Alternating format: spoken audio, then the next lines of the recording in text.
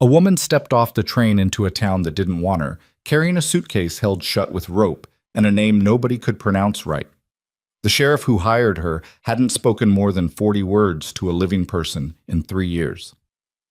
The winter coming was the worst in 40 years. And somewhere between frozen pipes, a town that whispered too loud, and a blizzard that nearly killed them both, something impossible happened. This is not a love story. Not exactly. It's a survival story, and it starts with a wanted nobody expected anyone to answer. Hit that like button, drop your city in the comments. Let's see how far this story travels. The train was 40 minutes late, which meant the small crowd waiting on the platform at Red Hollow had 40 extra minutes to reconsider the wisdom of being outside in the first place. It was the kind of cold that didn't announce itself gradually. It arrived all at once, the way a door slams. Not slowly creaking open, but sudden, final, done. The temperature had dropped 14 degrees since morning, and the sky above the Bitterroot Range had turned the flat, seamless gray of old pewter. No clouds exactly, just sky that had decided to withhold everything: sun, color, warmth, and offer nothing in return but wind. Sheriff Cole Mercer stood at the far end of the platform, away from the three other people waiting for the southbound connection. He had his hands in his coat pockets and his hat pulled low enough that only the bottom half of his face was visible, jaw set, lips pressed together in the way people hold their expressions when they're trying not to feel the temperature. He was 41 years old. He had the kind of face that looked like it had been through a few things and hadn't particularly enjoyed most of them.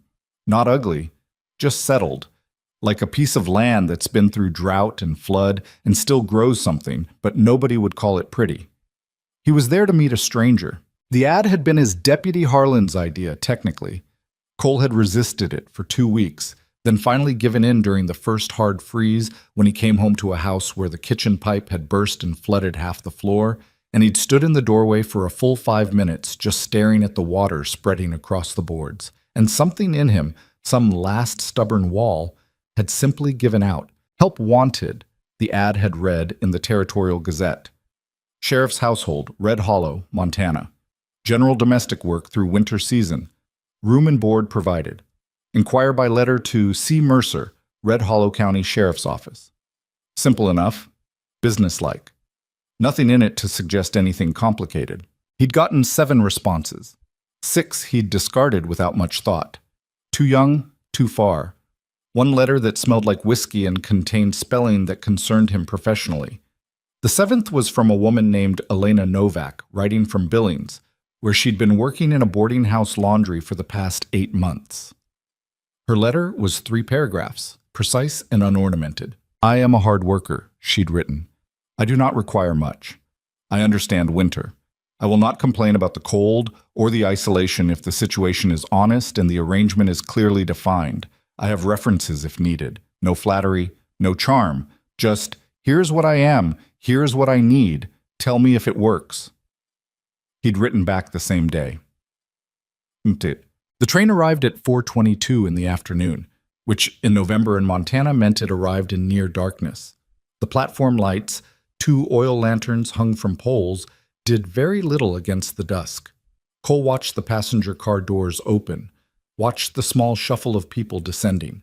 A traveling merchant with sample cases, a young couple with a baby who was screaming in absolute outrage at the cold, an older man in a minister's collar. And then Elena Novak. She came down the steps carefully, which was the first thing he noticed.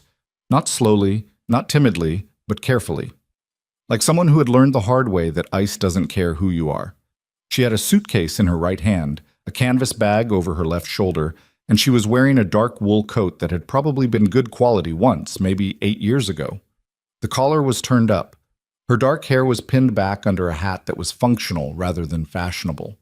She was somewhere in her early 30s, though she had the kind of face that could have been older or younger, depending on the light. She stepped onto the platform, set her suitcase down on the boards, and looked around. Not anxiously.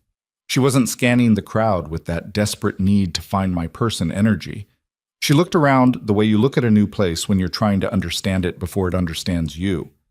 Her eyes found him. He wasn't hard to spot. He was the only one wearing a badge. She picked up her suitcase and walked toward him at a pace that was neither hurried nor slow. Sheriff Mercer, she said. It wasn't quite a question. Miss Novak, he touched the brim of his hat. Train's late. Yes. She didn't apologize for it. It wasn't her train. He looked at her luggage, the suitcase, the canvas bag. That was everything. He'd seen people move into hotel rooms with more than that. That's all you have?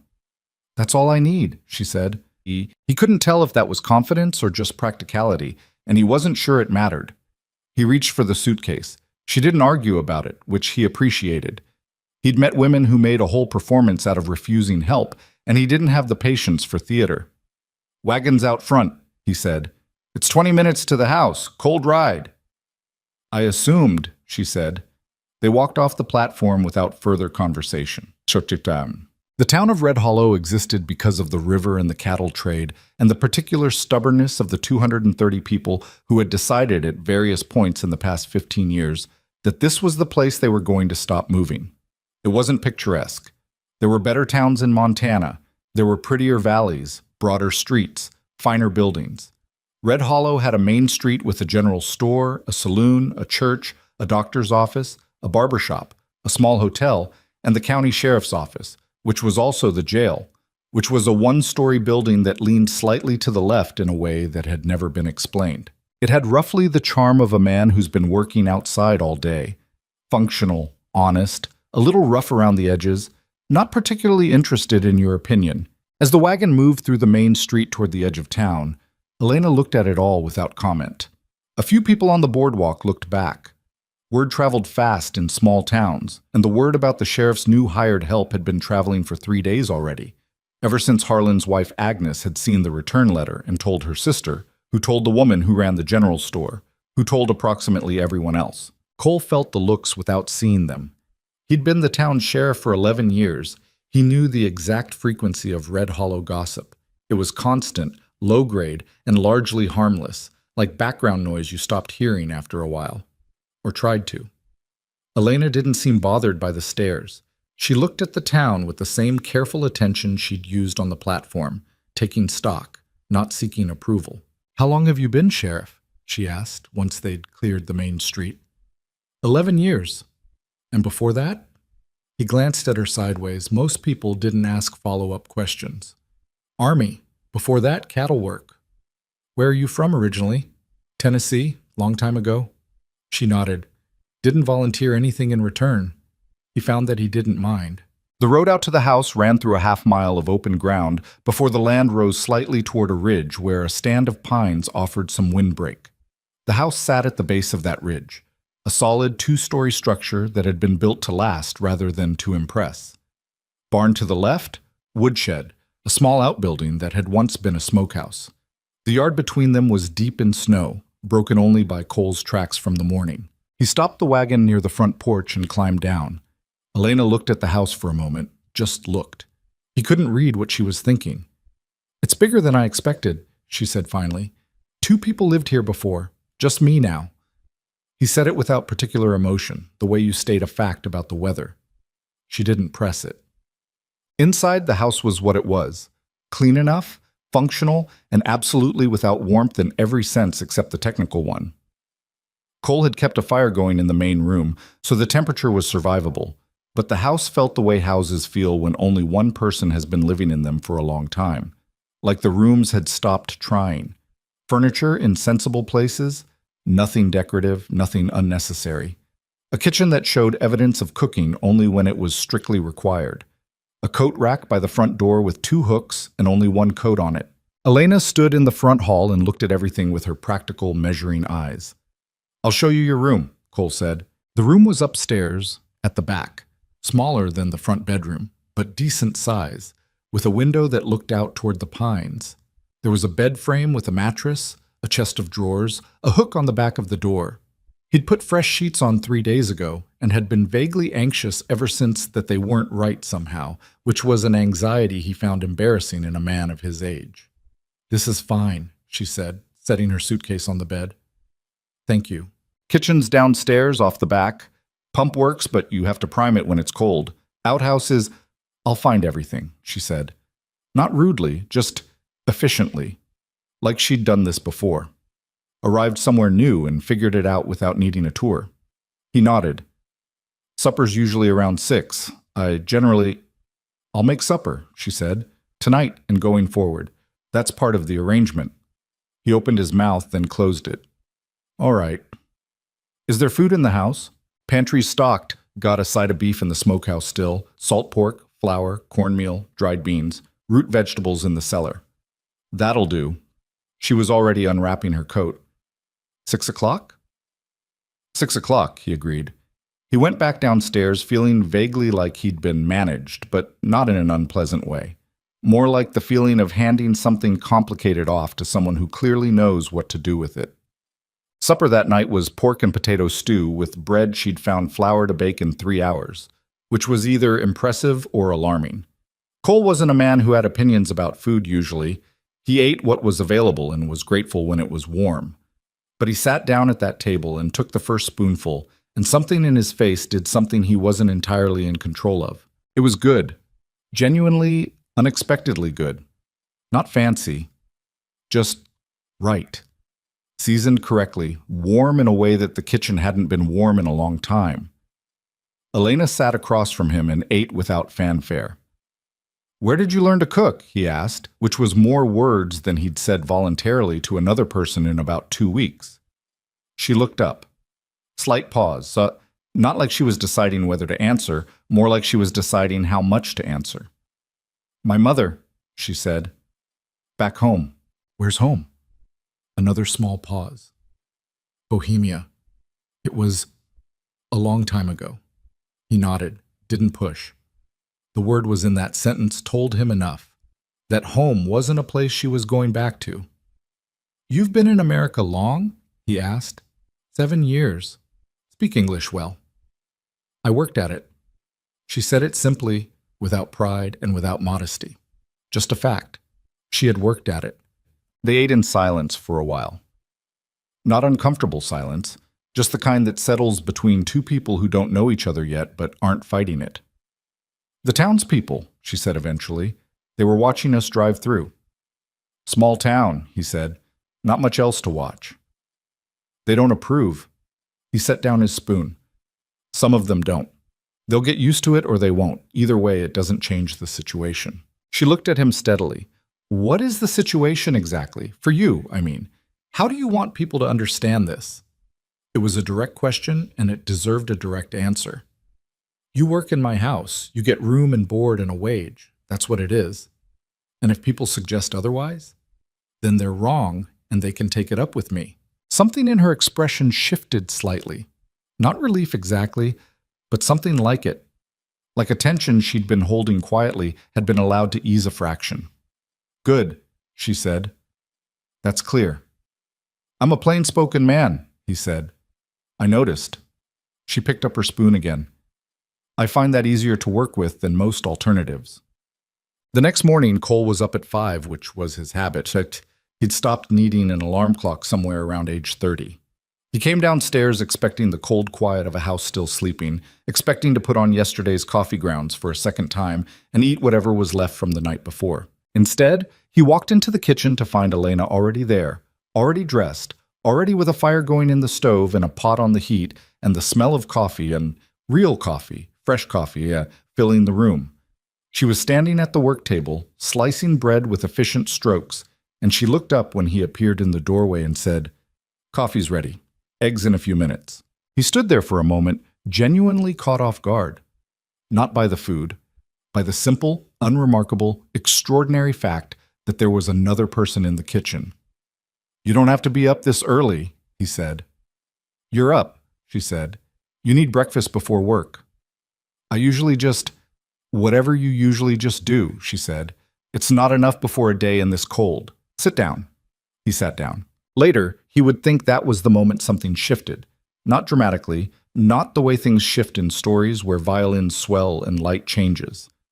Just quietly. The way ice shifts in a river in late winter, when you can't see it yet, but you can hear it. A low, deep sound underneath everything, something starting to move. That first week, Elena was like a very competent ghost. She was there without being intrusive. Things happened. Firewood appeared stacked near the door. A draft that had been whistling under the kitchen window for months was silenced by a strip of cloth she'd wedged in without asking permission. Meals materialized at the time she'd established without discussion. Cole would come home to find the house warmer than when he'd left it. The lamps cleaned and filled, the rug beaten and rehung. He didn't know what to do with any of this. It wasn't that he was ungrateful. He was, in fact, more grateful than he was comfortable admitting, because being comfortable with gratitude required being comfortable with need, and Cole Mercer had spent a long time making sure he didn't need anything he couldn't provide for himself. It was safer that way. It was simpler. Having someone in the house complicated simplicity. Harlan noticed the change on the third day. Harlan Briggs was Cole's deputy, a broad, cheerful man of 35 who had been married to Agnes for 12 years and had 3 daughters, and the general disposition of someone who found the world basically agreeable. He came by the office that Wednesday with a self-satisfied look Cole recognized immediately. "You look better," Harlan said, settling into the chair across from Cole's desk. "I look the same." "You had a hot breakfast." Cole looked up from the report he was not really reading. "What of it?" "Just saying." Harlan was doing his best not to grin and losing the battle. "Agnes says she saw Miss Novak at the general store this morning, said she was polite, bought what she needed, and had a list written out proper in a notebook." "Good for her." "Agnes liked her." "Agnes likes everybody." "Agnes does not," Harlan said firmly. "Agnes liked her specifically, said she looked like someone who knew what she was doing." Cole said nothing, which was a form of agreement. "People are talking," Harlan said, his tone going slightly careful. "I know. Millie Voss told the Reverend she thinks it's inappropriate." "Millie Voss thinks everything south of the Arctic Circle is inappropriate." The Reverend went and talked to her about it, not ordering anyone around, just voicing concern. Cole set down his pen. "Is there an actual problem here, Harlan, or are you working up to asking me something?" Harlan spread his hands. "Just keeping you informed." "I'm informed." He picked up the pen again. "She's a hired housekeeper. She's doing the job she was hired to do. Anyone who has a problem with that can come tell me directly." "And if they do? Then they'll have told me directly," Cole said. "And I'll have told them directly what I think of it, and that'll be the end of it." Harlan stood up, still fighting the grin. "All right, Sheriff." "Harlan." "Yeah?" "Don't make this into something it isn't." The deputy raised both hands in a gesture of pure innocence. "Wouldn't dream of it." What Cole didn't tell Harlan, what he hadn't told anyone and wouldn't have known how to say if he'd tried, was that the house was different, not just warmer, not just cleaner, different. Like the air in a room changes when a window opens. You can't point to one thing and say that it's just the whole composition of the air, the quality of it. He came home on the 4th night to find her sitting at the kitchen table with a piece of paper and a pencil, writing something that she folded away quickly when he came in. Her posture changed slightly. Not dramatically, but the fold happened and the paper went under her hand and she looked up with an expression that said, "This is mine," without saying anything at all. He understood that. He had things that were his too, private things. He didn't ask. "There's food on the stove," she said. "I didn't know what time you'd be back." "Had a situation at the Dawson Ranch. Nothing serious." He hung up his coat. "Fence dispute." "Those happen a lot?" "Constantly. Out here it's either water rights or fence lines. Been going on since before I took this job." He poured a glass of water at the pump, worked the handle twice to get it going. "You settling in all right?" She considered the question honestly, which he appreciated. She wasn't the type to answer automatically. "The cold is harder than I expected," she said. "Not the temperature exactly, the way it comes inside, the way it finds every gap. Draft under the back door's been there since I moved in. I've tried 3 times to fix it." She nodded slowly. "I'll look at it tomorrow." "You don't—" "It bothers me," she said simply. "I'll look at it." He sat down at the table. She put food in front of him. Roasted pork, something with the root vegetables. More of that bread that was embarrassingly better than what he'd been making himself for years. "Can I ask you something?" he said. She sat down across from him. "You can ask?" "The letter you sent. You said you understand winter." He looked at her. "What did you mean by that?" She was quiet for a moment, turning her cup in her hands. "Where I grew up," she said carefully, "winter was not just weather, it was a condition, the way things were. You learned early that you couldn't fight it. You could only prepare and endure and wait for it to end. Where did you grow up exactly? A village, she said. Small, mountains. You wouldn't know it. Her voice was matter-of-fact, but the matter it was dealing with was something with more weight than the words suggested. We left when I was 22. My family, or some of us left. The some of us sat between them for a moment. I'm sorry, he said. He meant it, without elaboration, and she seemed to understand that. It was a long time ago, she said. I'm here now. Here now. He thought about that later, lying in bed listening to the wind work its way around the eaves.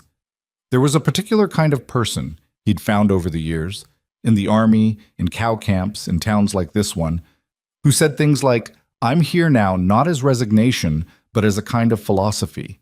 Not pretending the past didn't happen, not denying it, just deciding that what was in front of them was what they were going to deal with.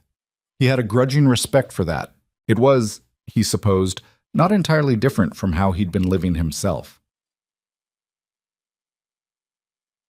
The second week, the temperature dropped further, and the social pressure in Red Hollow rose in almost perfect inverse proportion. Millie Voss was 63, had been widowed twice, and had the moral authority of someone who has outlived everyone who might have argued with her.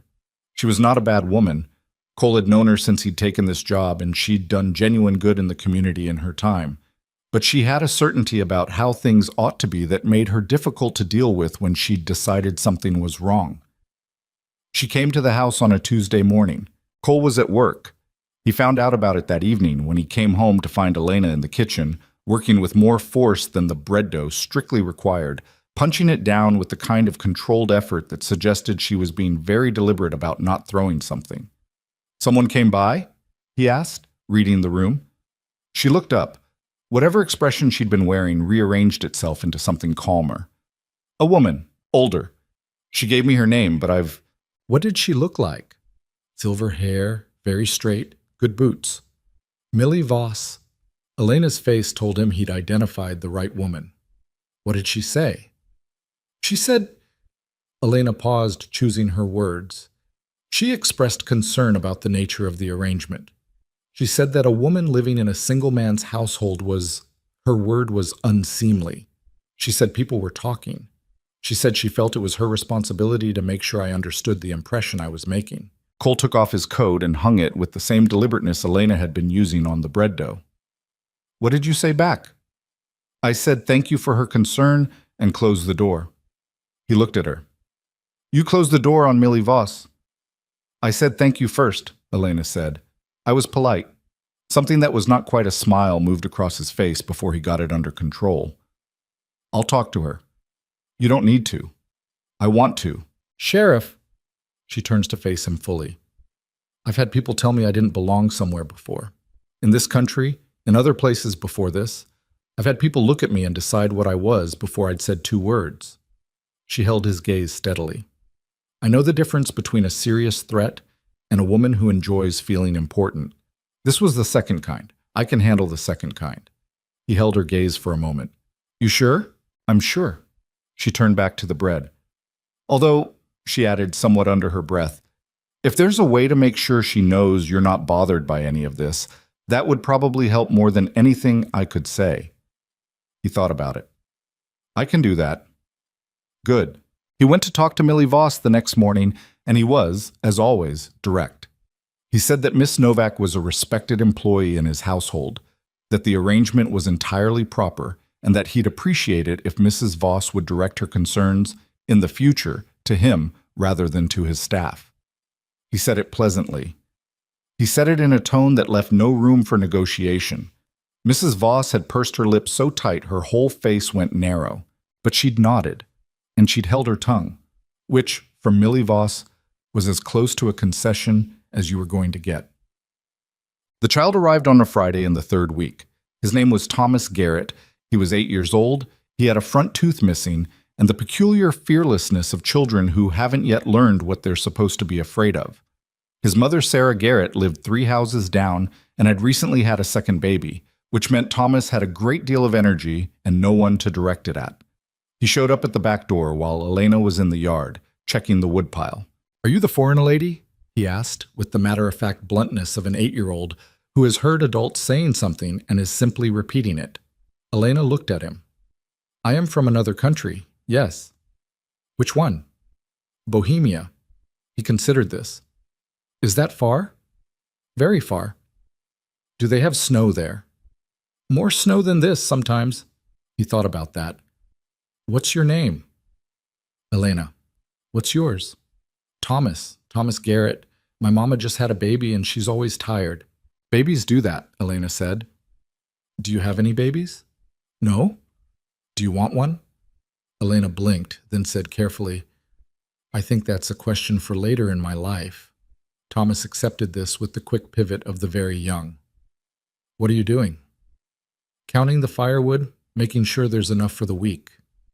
Can I help count? She looked at him. He had very serious eyes for an 8-year-old. Not sad, just attentive, the kind of eyes that actually look at things. Do you know how to count past 100? She asked. He drew himself up. I know how to count to 500. Good, she said. Then you can verify my math. He counted the woodpile with the total commitment of a child given a real job to do, calling out numbers in a loud, emphatic voice that frightened a jay out of the pine tree. Elena stacked as he counted. They worked in the cold for 20 minutes, and when they were done, she brought him inside for hot cider, which he drank with both hands around the cup and his feet swinging off the chair. He came back the next day.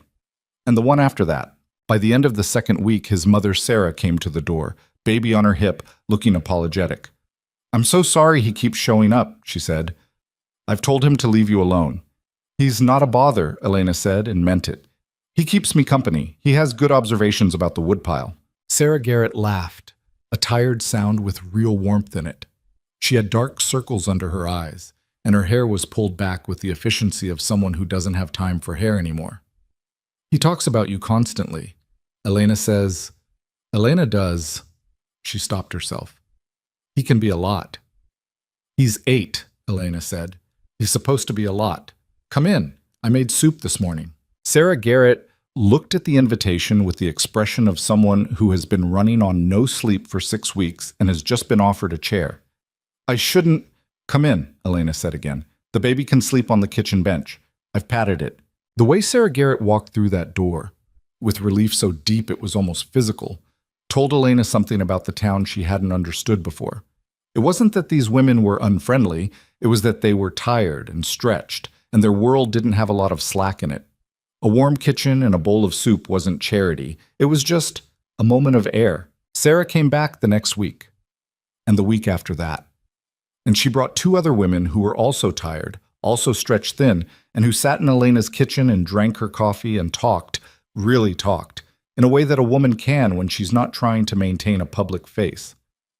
Cole came home one evening to find 3 women and a baby in his kitchen and stopped in the doorway with the expression of a man who has opened the wrong door. Elena looked up from the stove. Sheriff, you remember Sarah Garrett, and this is Martha Holt and B. Collins. Ladies, he touched his hat, started backing out. Supper's in 20 minutes, Elena said. There's enough. I can eat at the... Sit down, Sheriff, Martha Holt said cheerfully. She was a large, practical woman who ran the dairy farm with her husband. You're in your own house. He sat down. He ate supper with 4 women and a baby, and the conversation went around him like water around a stone, and he found, to his own confusion, that it wasn't as terrible as he'd expected. After the women left, he stood in the kitchen while Elena cleaned up and finally said, How did that happen? Sarah came by with the baby. The others came with Sarah. Elena wiped down the table. Is it all right? The house being used this way? He thought about it. It's fine, he said. Just wasn't what I expected. What did you expect? He didn't have a good answer for that. The town was watching me, Elena said, not looking up from the table. I thought, if they came here, if they saw that the kitchen was just a kitchen. She stopped. It seemed like a more useful approach than arguing with people. He looked at her. She was still wiping the table, the same spot 3 times over, and her shoulders had something careful in them, like she wasn't sure if she'd overstepped. It was smart, he said. She looked up. Using the house like that, he said. It was smart. I wouldn't have thought of it. Something in her expression went not quite soft, but released, like when you've been bracing for a cold wind and it doesn't come. "Thank you," she said, simply, without making it bigger than it was. He nodded and went to hang up his coat, and the kitchen settled into the kind of quiet that had, somehow, over 3 weeks, stopped feeling like empty space and started feeling like something else. Something he didn't have a word for. Something that filled the room without taking up any of the air. The cold deepened into December with the methodical cruelty of something that doesn't mean anything personal by it. It just gets colder because that's what it does. The thermometer outside the back door, which Cole had never paid much attention to before, became a number he checked without thinking, the way you check a wound. He started noticing other things he hadn't expected to notice. The way she hummed sometimes when she was working, not songs exactly, or not songs he knew, just a sound at the edge of melody that stopped the moment she realized he'd come into a room. The way she read at night, if there was a book available. She'd get through them faster than seemed possible, and she didn't treat them preciously. She read like she was hungry, pages turned quickly, efficiently, like she was extracting what she needed and moving on. The way she looked at the landscape. He caught it one morning. He'd been coming around the side of the barn and she was standing at the fence line, looking out at the snow-covered field and the mountains beyond, and her face had none of its usual purposeful composure. She was just looking. The way a person looks at something that is both too large and too beautiful to fit inside your head all at once. And so you stand there and let it work on you anyway. He didn't say anything. He went around the other side of the barn and let her have the moment. But he thought about it later in a way he hadn't expected to. He thought, she notices things. He thought, I had forgotten that some people still do that. One evening in mid-December, the temperature dropped to -12, and a pipe in the upstairs bathroom split. Not the one they used, a smaller one that fed the second-floor wash basin, but it was enough to send water running down through the ceiling of the hallway. He heard the ceiling crack at 9 in the evening, that distinctive pop of stressed wood, and went upstairs to find Elena already there, in the hallway, with a bucket, having gotten there first. I heard it, she said. I'll need to get into the wall, he said, looking at the wet streak coming down through the plaster. Tonight, before it gets worse. What do you need? Pipe fittings from the tool shed, lantern, spare rags, old ones, not the good ones. I'll get the lantern, she said. You get the pipe fittings. For the next 2 hours, they worked in the cramped space of the upstairs hallway. Cole in the wall, Elena handing him tools when he asked for them, holding the lantern at angles he directed, pressing rags into cracks when he needed a second set of hands. She didn't complain about the cold in the hallway, didn't complain about the awkward positions, didn't need instruction more than once. At one point he had to reach past her for a wrench and his hand brushed her arm, and neither of them said anything about it, but it sat in the air for a moment. The simple physical fact of another person, close, working alongside you. At 11, the pipe was fixed, cold, cramped, hands dirty, both of them tired. She made tea, not as a suggestion. She just made it and put a cup in front of him and sat across from him, and they drank it without saying much in the warm, alive quiet of a house that had just survived a minor crisis. He looked at his hands, still a little dirty, red from the cold. You're handy, he said, meaning it. She looked at her own hands, a slight smile that was almost nothing. I had to be, she said. Same, he said, and for a moment it was that simple, just two people around a table at the end of a cold night who understood each other without needing to explain. The wind hit the side of the house with a long, low sound like something enormous breathing. December had barely started. The worst, though none of them knew it yet, was still to come. But inside the kitchen, the tea was warm and the lamp was lit, and the house, for the first time in a very long time, felt less like an empty place that happened to have a person in it and more like somewhere someone actually lived. The pipe they'd fixed that December night held. Cole checked it every morning for a week, pressing his palm flat against the wall near the repair the way you check a wound you're not sure closed right. It held. That was something. December moved through Red Hollow the way a slow, indifferent river moves through a narrow canyon. Not fast, not dramatic, just steady and cold and completely unconcerned with how anyone felt about it. The days got shorter until they were barely days at all, just a few pale hours of gray light bracketed by darkness that went on and on. The temperature settled into the kind of cold that stops being shocking and becomes simply the condition of existing. You dressed for it, you moved through it, you came inside and felt your face start working again. That was the rhythm.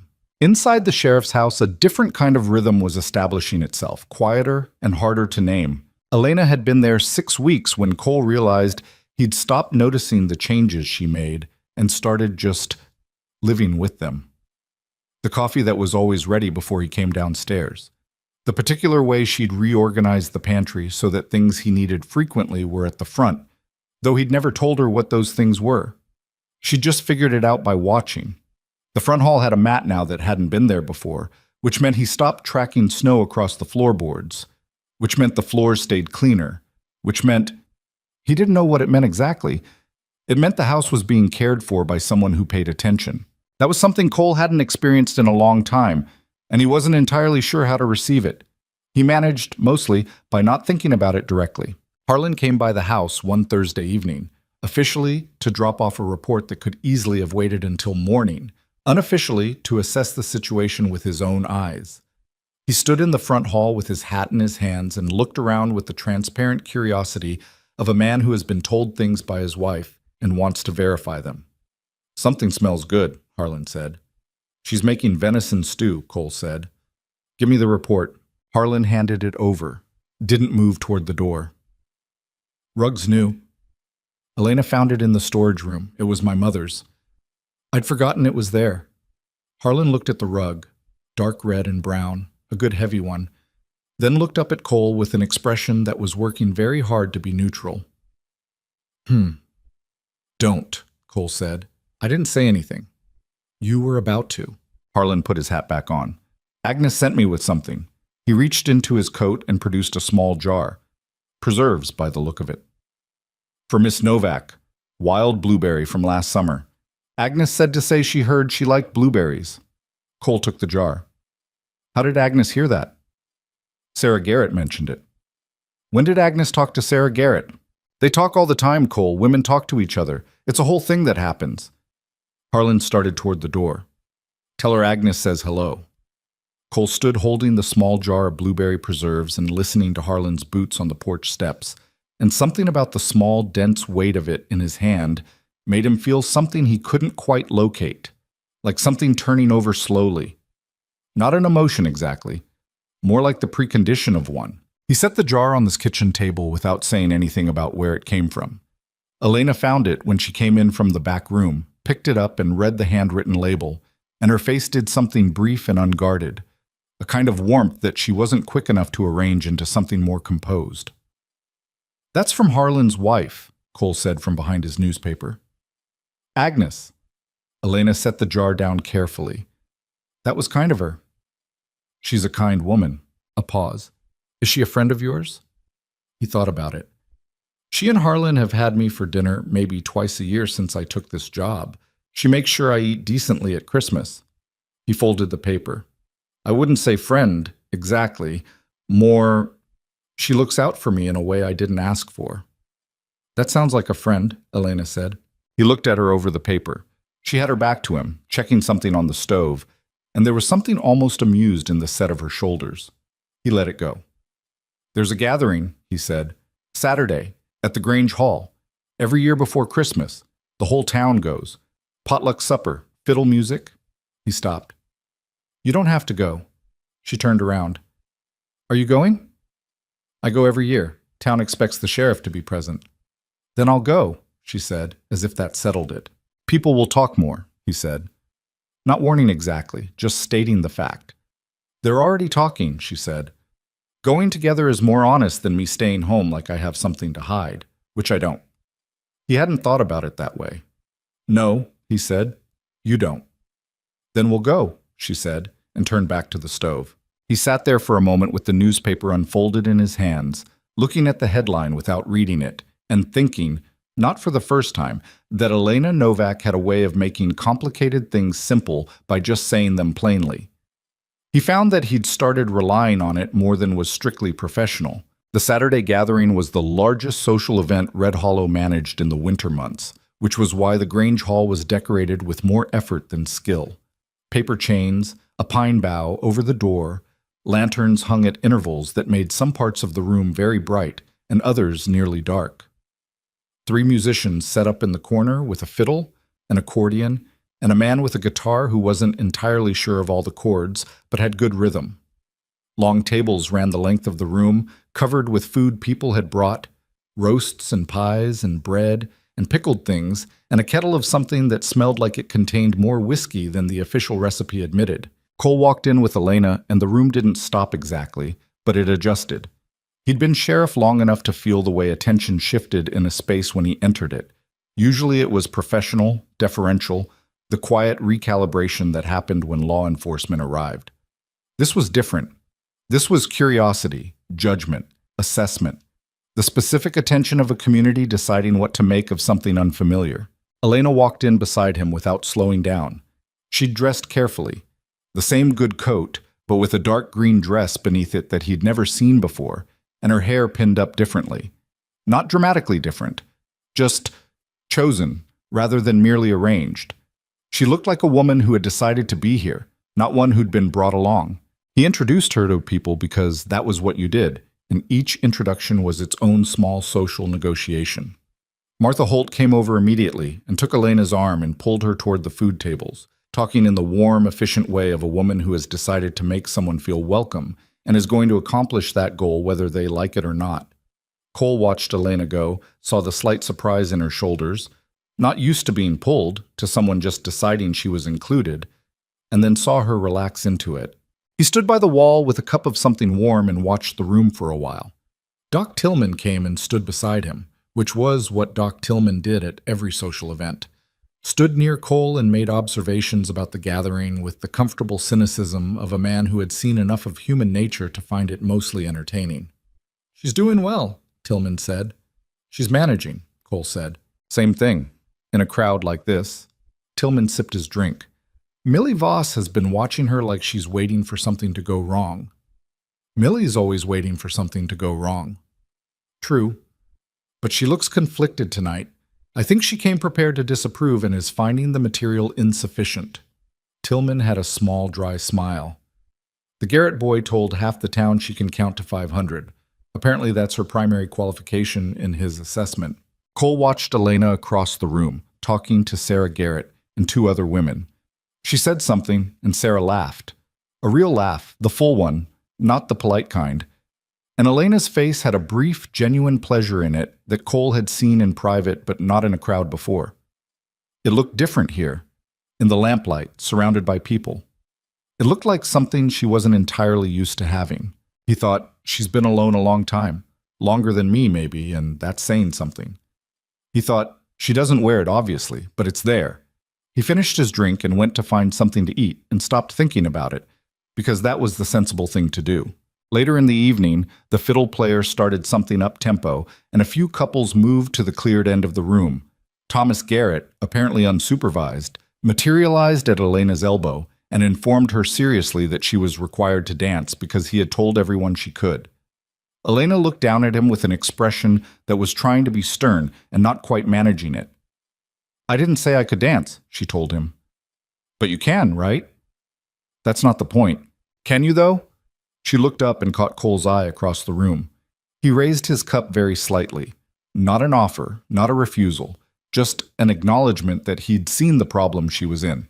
She narrowed her eyes at him briefly, then looked down at Thomas. "One dance," she said, "and you lead." Thomas Garrett led, with the complete commitment of a child who has no self-consciousness about being terrible at something. And Elena followed with the kind of grace that comes not from training, but from simply having good instincts about where her feet were. They were objectively a disaster as a dancing pair. The room found it delightful. Even Millie Voss in the corner had something happening at the corner of her mouth that might, in another woman, have been a smile. Cole didn't dance. He never danced. But he watched. And something about the image, this woman he'd hired for practical reasons, spinning around a wooden floor with an 8-year-old who was calling out his own counts under his breath, in this rough-hewn hall in a frontier town that had only just decided to accept her. lodged somewhere behind his sternum in a way that he recognized as meaningful and chose, carefully, not to examine. The ride home was quiet in the way the rides to town were quiet, except different. The quiet going into Red Hollow was empty. The quiet coming back from it was full of something, the way silence is different after music. "That went well," she said, somewhere around the halfway mark. "Better than expected," he agreed. "Millie Voss almost smiled at me. I saw. I'm going to count that as a victory. I think you've earned it." She pulled her coat tighter against the cold and looked up at the sky, which was enormous and star-filled, and the kind of thing you forgot existed when you were inside too long. "Martha Holt invited me to help with her cheese-making next week," she said. "You know how to make cheese?" "No, but she seems like the kind of woman who enjoys teaching." "She is," Cole said. "She'll have you doing it right in 20 minutes and acting like you've known it for years." "That's exactly the kind of woman I want to spend time with," Elena said. He glanced at her sideways. She was looking at the sky still, and her profile against the cold dark was... He looked back at the road. The horse knew the way. "You're building something," he said. She turned. "What?" "In town. With the women. With Thomas. With the Grange." He kept his eyes on the road. "It's deliberate, what you're doing." A silence. "Yes," she said finally. "Is that wrong?" "No." He thought about how to say the next part. "It's just... most people who come to a place like this either give up on being part of it or try too hard and make people uncomfortable. You're doing something different." "What am I doing?" He was quiet for a moment. "Making yourself useful," he said finally, without asking for anything for it. People noticed that. She was quiet on her side of the wagon. The horse's breath made small clouds in the cold air. "It's the only way I know," she said eventually. "You can't argue people into accepting you. You can only show them what you actually are and wait to see if they can live with it." He thought about that for the rest of the ride home. January came, and with it the new year and the deepest cold Red Hollow had seen in a decade. The kind of cold that killed livestock if you weren't careful, that could take your fingers if you stayed outside too long without thinking about it. Cole was busier than usual. More calls to outlying ranches, frozen wells, disputes that turned ugly faster in close quarters when everyone had been inside together too long. He came home later, ate faster, went to bed in the heavy, exhausted way of a man running on about 4 hours less than he needed. Elena adjusted without being asked. Hot food at whatever hour he came back. She'd learned to keep things on low heat that could sit without ruining, stew and beans and the like. She didn't ask how his day was when he looked like the question would take too much to answer. She asked specific things, when she asked at all. Was anyone hurt? Or, did you get the situation at the Morrison Ranch sorted? Questions that let him give short answers and still feel heard, which was a skill he hadn't known anyone possessed until he encountered it. She was also, he noticed, having her own difficult days, though she didn't advertise them. He came home one Tuesday afternoon earlier than expected. A meeting in town had ended quickly, and found her at the kitchen table with a letter in her hand, not reading it, just holding it, looking at the wall. She heard him come in and had the letter folded and put away before he'd gotten his coat off, but not quite fast enough. He said nothing. Put the kettle on without being asked, because she always put the kettle on. Sat down across from her. "Bad news?" he asked. She looked at him, surprised, he thought, that he'd noticed. "My brother," she said. He wrote. "Is he well?" A pause long enough to contain a complicated answer. "He's surviving," she said. "That's what I tell myself. He's surviving." He poured the tea when it was ready and put a cup in front of her. She wrapped both hands around it the same way Thomas did, he noticed. Both hands, like it was something to hold on to. "You have family still in Bohemia?" he asked. "A brother. My parents are gone." She looked down at the cup. "He stayed when I left. He had reasons. Good reasons at the time." A pause. "The situation there is, it's not better. For people like us, it hasn't gotten better. People like you meaning Czech people, specifically Czech people who had certain ideas about independence." She looked up. "My father had those ideas, loudly. When it became dangerous to have them loudly, my brother had them quietly.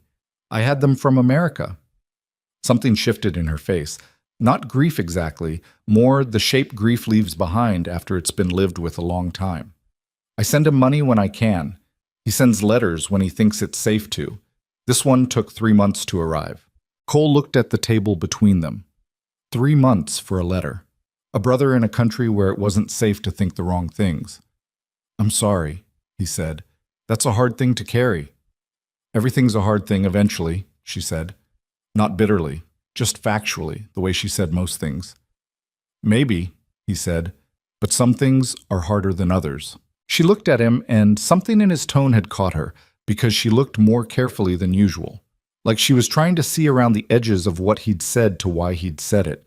He didn't offer more, but she seemed to understand that the statement had come from somewhere personal, and she didn't push, which he appreciated. They sat for a while with their tea in the January cold, the wind doing its work outside, and something passed between them in the silence that neither of them had words for. Not comfort, exactly, or not just comfort, more like recognition. The particular relief of sitting across from someone who also knows that life can be difficult in ways that don't have tidy resolutions and isn't pretending otherwise. It was sometime in late January that Cole noticed he'd started thinking about the house differently during the day. He'd catch himself, in the middle of a conversation with Harlan or riding out to a property dispute, thinking about whether the kindling was low, whether Elena had mentioned needing anything from the general store. Small practical things, the kind of thoughts that exist in the background of a shared life. He'd lived alone long enough that he knew the difference between a house you came home to and a house you thought about while you were away from it. His house had stopped being the first kind. He didn't do anything with this observation. He put it somewhere out of the way you put something in a drawer because you don't know what to do with it yet, but you don't want to throw it out. Left it there. Went about his days. February brought the news that Caleb Prentice, who ranched 30 miles north, past the second ridge, had lost 200 head of cattle to a combination of cold and a fence collapse that had sent them into a ravine. It wasn't unusual at this point in winter for people to start looking worn down. But Prentice had lost more than cattle. He'd lost the cattle that were going to fund his daughter's schooling in the fall and pay for the repairs his barn had needed since October. He came into town looking like a man who'd had his future quietly removed while he wasn't watching.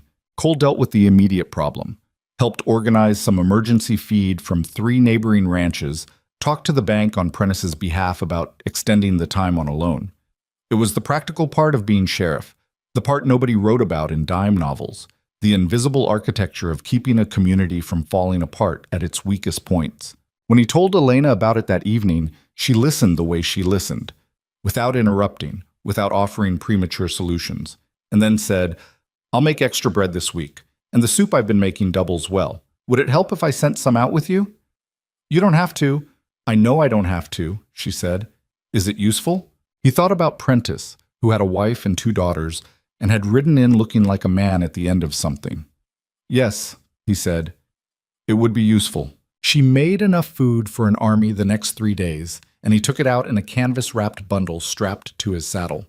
Ruth Prentice, who was 40, practical, had hands roughened by years of work and eyes that had seen a lot without going hard, opened the door and looked at the bundle, and for a moment her composure went somewhere private. Sheriff, she said. From Elena Novak, he said. Staying at my place this winter. She said to tell you. He thought about it. She said she'd been through a hard winter herself, and this kind of thing helps. Ruth Prentice took the bundle and held it against her chest. Tell her thank you, she said quietly.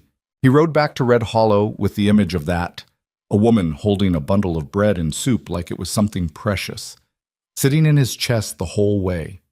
When he came home and told Elena what Ruth had said, Elena nodded and said, good, and went back to what she was doing, and he stood in the kitchen for a moment watching her and thinking that there was a kind of person who did good things in the world without requiring an audience for it. And he had, without looking for one, apparently found one and hired her. He went upstairs to wash his hands and thought about that for a while, in the simple privacy of the washroom, before he could think of a reason to stop. The cold held through February and into the first weeks of March, longer than usual, longer than people were prepared for emotionally, even when they were prepared practically. By this point in winter, the town's patience had been worn thin the way ice thins from underneath. You can't see it, but suddenly it doesn't hold the way it did. Small things went wrong. Two men got into a fistfight over a card game that had nothing to do with cards. A family 3 streets over had a domestic situation that Cole was called to handle twice, the second time with enough force involved that he had to bring someone in overnight. There was a fire at the livery stable, small, caught quickly, but frightening enough to shake the block. January and February were survival. March was when you found out whether survival had cost you too much. Elena noticed. She noticed everything. "The town's getting frayed," she said one evening, not as a complaint, just as an observation. "It happens every year," Cole said. "March is the worst month. Everyone's been inside too long. The cold hasn't broken. The light's not back yet. What helps?" He thought about it. "Spring," he said. "When it comes. Before that." He looked at her. "Before that, not much. People manage." She didn't say anything more about it, which usually meant she was thinking.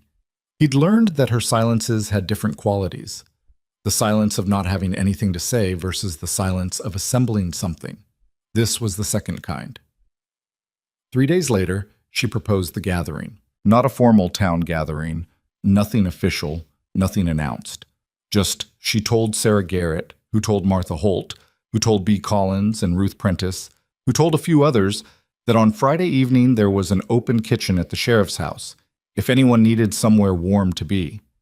No particular occasion, just the kitchen was warm and there would be food and people were welcome. Cole came home Friday evening to find 7 women, 4 children, and Harlan Briggs, who had been brought by Agnes and was clearly outnumbered and perfectly content about it, filling his house with a noise level he hadn't heard inside those walls in years. Someone had brought a fiddle. The fiddle wasn't being played yet, but its presence was optimistic. He stood in the doorway for a moment, coat still on, taking it in. Elena appeared from the kitchen with a towel over her shoulder and a look on her face that was asking him something without asking it. He looked at the room. At Thomas Garrett, asleep in the corner chair like a small, exhausted animal. At Agnes Briggs explaining something to Ruth Prentice with great enthusiasm. At the fire going and the lamps lit and the noise of people who had decided collectively to push back against March. He hung up his coat. "You need help with anything?" he asked. Something in Elena's face went easy. "The bread needs to come out of the oven," she said. "Can you—" "Yeah," he said. "I can do that." He went into the kitchen and pulled the bread from the oven, slightly clumsy because he didn't usually do this, and his hands were big for the pan. And Elena came in behind him and said, "Careful, the bottom is—" A second too late, and he burnt 3 fingers slightly and said something under his breath that was not appropriate for the children in the next room. She took the pan from him efficiently and set it on the rack, and then looked at his hand and said, "Run it under cold water," in the brisk, unsentimental voice of someone who has dealt with minor injuries their whole life. He ran it under the cold water from the pump, muttering. "You have no patience," she observed, not unkindly. "I have patience," he said. "I have 11 years of patience with this town. I just don't have patience for hot pans."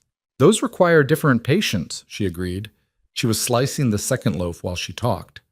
"Different skills entirely. Is that a comment on my competence?" "It's a comment on specialization," she said, and the corner of her mouth was doing something. "You're very competent at many things. But not bread." "But not bread," she confirmed. He stood there at the pump with cold water running over his hand and Elena slicing bread 2 feet away, and the sound of his full house coming through the wall, laughter, voices, a child waking up and asking loudly for food, and something moved through him that he couldn't name and didn't try to. Just let it move through. Let it be what it was. The fiddle started up in the other room. Someone had decided the time had come. "Go," Elena said, not looking up from the bread. "They'll want the sheriff to be part of this." "I don't dance," he said. "Nobody's asking you to dance. Just go be present." She looked up. "You're good at that, actually, being present without taking up too much space." He looked at her. "Is that a compliment?" "It's an observation," she said, which with me is usually the same thing. He dried his hand on the kitchen towel and went back into the other room, and the fiddle was going, and Thomas had woken up and was demanding to dance. And Harlan caught his eye across the room and gave him a look that meant nothing at all professionally and everything socially. And Cole looked away before Harlan could make it into something. But the house was warm, and it was full, and the last day of February had, for the first time in a long time, not felt like something to endure. It had felt in its rough-edged and imperfect and entirely unexpected way, like something else, something that maybe had a different name than endurance, something he was going to need a while longer before he could figure out what to call it. Outside, the temperature was still 15 below. The great cold hadn't broken. March still had its weeks of gray to spend. But in the sheriff's house on the edge of Red Hollow, the fire was going and the fiddle was playing and bread was cooling on the kitchen rack. And for one Friday evening in the worst month of the worst winter in a decade, that was enough. More than enough. It was, by some measures, everything. The fiddle evening in February turned out to be the last good night before everything went wrong. March came in with the specific malice of a season that knows it's supposed to be ending but hasn't decided to yet. The temperature, which had briefly, hopefully, climbed toward zero, dropped again without warning, and this time it brought wind. Not the steady, manageable wind of deep winter, but the erratic, furious kind that changed direction every few hours, that drove snow horizontally across the open ground and found every weakness in every structure and made itself known through all of them simultaneously. Cole had been a sheriff in Montana for 11 years. He knew weather the way you know a difficult person you've lived next to a long time, not with affection, but with enough familiarity to read the signs. And on the morning of March 7th, when he stepped out onto the front porch at 5 in the morning and felt the air against his face, he felt something he hadn't felt in a long time. He stood there for a full minute, just reading it. Then he went back inside and said, "Elena." She was already in the kitchen. She was always already in the kitchen. "Something's coming," he said. She turned from the stove and looked at him, at his face, not at the window, because she'd learned by now that what the weather was doing showed up on him before it showed up anywhere else. "How bad?" she asked. "Don't know yet. Could pass over us. Could hit." He poured coffee, didn't sit down. "I'm going to the office. You should make sure the woodshed is accessible and the food stocks are counted. If we get serious snowfall—" "I know what to do," she said. "I know you do." He looked at her. "I'm just saying it out loud." She nodded once. "Be careful." He left. She went to count the woodshed. By noon, the sky had gone the color of an old bruise, and the barometer in Doc Tillman's office, the most reliable one in Red Hollow, imported from Chicago at considerable expense and treated by Tillman like a second patient, had dropped further than Tillman had seen it drop in 22 years of practice. He came and found Cole at the sheriff's office and stood in the doorway and said without preamble, "This is going to be significant." How significant? Tillman looked at him with the measured calm of a man who has delivered bad news professionally for decades. "Significant enough that we should talk about which ranches are most exposed." Cole had a map on the wall of his office, hand-drawn, updated over the years, with the outlying properties marked in pencil. He and Tillman stood in front of it for 40 minutes and talked through it systematically. The Prentice Ranch, still recovering from the January cattle loss 30 miles north. The Alderson family. Widow Agnes Alderson, 2 teenage sons, their place 5 miles east of the Prentice spread. The Kohler homestead furthest out, nearly 40 miles, where the family had been there only 2 winters and didn't yet have the instincts for what serious weather required. "If this hits the way I think it's going to hit," Tillman said, "those 3 properties need to know today." "I'll send riders," Cole said. Harlan was already pulling on his coat. "I'll take the Prentice Road, faster horse." "I'll take the Kohlers," Cole said. "That's a long ride in this wind." "Which is why I'm going instead of sending someone else," Cole said, in the tone that ended that conversation. He was back by 3 in the afternoon, half frozen, with the report that the Kohlers had been warned and had started bringing their animals in, but their barn was undersized for the number of cattle they were trying to shelter, and the oldest boy, who was 14, which out here counted as a hand, had a look about him that Cole didn't love. The kind of look that said he was going to make a decision on his own at some point, probably the wrong one. "I'll go back out if the storm holds off until morning," he told Harlan. Harlan looked at the sky. The sky made its own opinion evident. "It won't hold off until morning," Harlan said. He was right. The storm came at 6 in the evening with a force that Red Hollow hadn't experienced since 1872, according to Amos Vetter, who was 74 and had experienced that one and was not inclined to minimize the comparison. It arrived not as snow exactly, but as a total commitment to becoming a different kind of world, a white, blinded, howling world where the ground and the sky lost their distinction and everything that had been solid became uncertain. Cole made it home by 5:30, ahead of the worst of it. He came in through the back door and stopped. The kitchen was transformed, not in any dramatic way. Elena hadn't performed a miracle, but the table had been pushed to the wall, and in its place were 3 pallets made from the spare blankets and the coats from the storage room, laid out with the particular organization of someone who had thought through how many people might need to fit. The stove was loaded and going hard. Every pot in the kitchen was either full of something or filled with water. Every lamp was lit and the oil reserves were stacked near the door. Elena was standing at the counter cutting dried meat into a large pot, and she looked over her shoulder when he came in. "I talked to Sarah Garrett," she said, "and the Holt farm. I told them if it got bad enough, they should come here." He looked at the pallets. "How many people are you expecting?"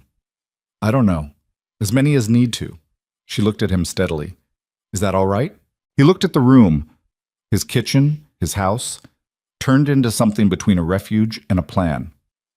"Yes," he said. "That's exactly right." He changed out of his outer layer and came back to help her. He was not a man who naturally moved in a kitchen, but Elena directed him with the brisk efficiency she used in any emergency. Short sentences, clear instructions, no wasted words. He carried water, brought wood, moved furniture when she pointed at it. They worked together for an hour before the first knock came at the door. It was Sarah Garrett, baby under one arm, Thomas clinging to her coat with both hands, her face white with cold, and something that was not quite fear but was adjacent to it. Behind her, barely visible through the driving snow, were 2 other figures, the Collins family, Bea and her husband Frank, who had apparently collected the Garretts on their way. "Come in," Elena said, before any of them said anything. They came in. More followed over the next 2 hours, in 2s and 3s, families whose houses were less solid, whose situations were less certain, who had heard somehow, through the Red Hollow communication system that operated entirely on instinct and proximity, that the sheriff's house was a place to be tonight. The Holts sent their 2 youngest children with the hired hand because Martha refused to leave the farm, but didn't want the children there if the worst happened. The elderly Vader couple came, Amos moving slowly with his bad hip, but moving. 3 young men who worked at the livery stable came because their quarters above it were not adequately sealed. By 9 o'clock, there were 16 people in Cole's house. Cole stood in the doorway between the kitchen and the main room and looked at this, at all these people in his space, the noise and the warmth and the particular chaos of a group of humans trying to manage fear by being useful to each other. Thomas was asleep on one of the pallets already, still wearing his boots, which Sarah had apparently given up arguing about. Amos Vetter was telling someone about the winter of '72 in a voice that suggested he was enjoying the audience. The Collins baby was being passed between women in the way babies get passed in close quarters. Nobody's baby, and everybody's baby. Elena moved through all of it like she'd been managing emergency situations her entire life, which, Cole was coming to understand, she essentially had. She knew where everything was, knew who needed what before they asked, kept the stove going and the food circulating, and made it all look, not effortless, nothing that night was effortless, but purposeful. Like she'd been waiting for a crisis large enough to require everything she knew how to do. At 10 o'clock, the wind hit a new register. A sound came through the walls of the house that was not wind exactly, or not just wind, but wind plus the particular resonance of a structure under serious pressure. Several people in the main room went quiet. Thomas woke up and grabbed Sarah's hand. Cole went to check every window and door, every seal. He found 2 places where the cold was getting through, one window with a failing seal, one section of the back wall near the woodshed door, and dealt with both with whatever he had available, which was rags and determination and the knowledge that it had to hold. When he came back into the main room, Harlan was there, having come through the storm from 3 blocks away looking like he'd crossed a battlefield. "Agnes and the girls are at the Holts," Harlan said, shaking snow off everywhere. "They've got more room. I came to see if you needed—" "I need you to help me think about the Kohlers," Cole said, low enough that the room couldn't hear. Harlan's face changed. "In this weather, Cole. The boy is 14 and there's a 4-year-old in that house, and their barn isn't right," Cole said. "If the animals get out, the boy goes after them. In this." Harlan looked at him for a long moment. "You can't ride out in a whiteout." "No," Cole agreed. Not yet. He looked at the window, at the absolute dark and white beyond it. But if it breaks even slightly, if there's a window, then we'll go, Harlan said. Both of us. Both of us, Cole confirmed. Elena was behind him.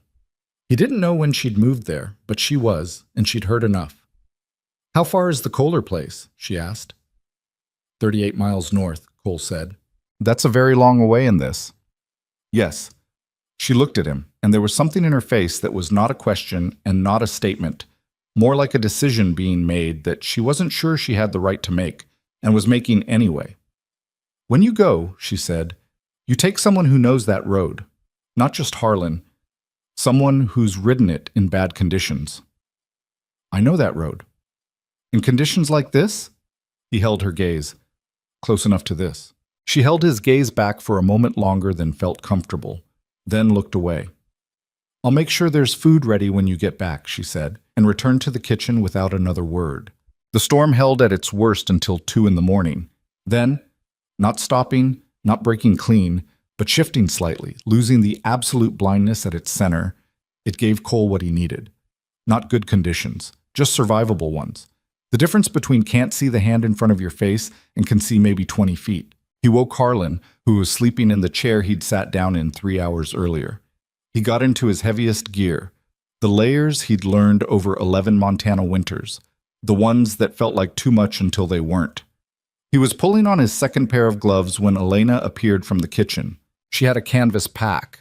She held it out. Food, hot in the inner wrapping. It won't stay hot, but it'll be warm for 2 hours. Dry socks, 2 pairs. The flask is coffee. Don't argue about the socks. He took the pack. I wasn't going to argue about the socks. You had the face of a man who was about to argue about the socks. He almost said something, didn't, slung the pack over his shoulder. Cole? Her voice was different. He turned.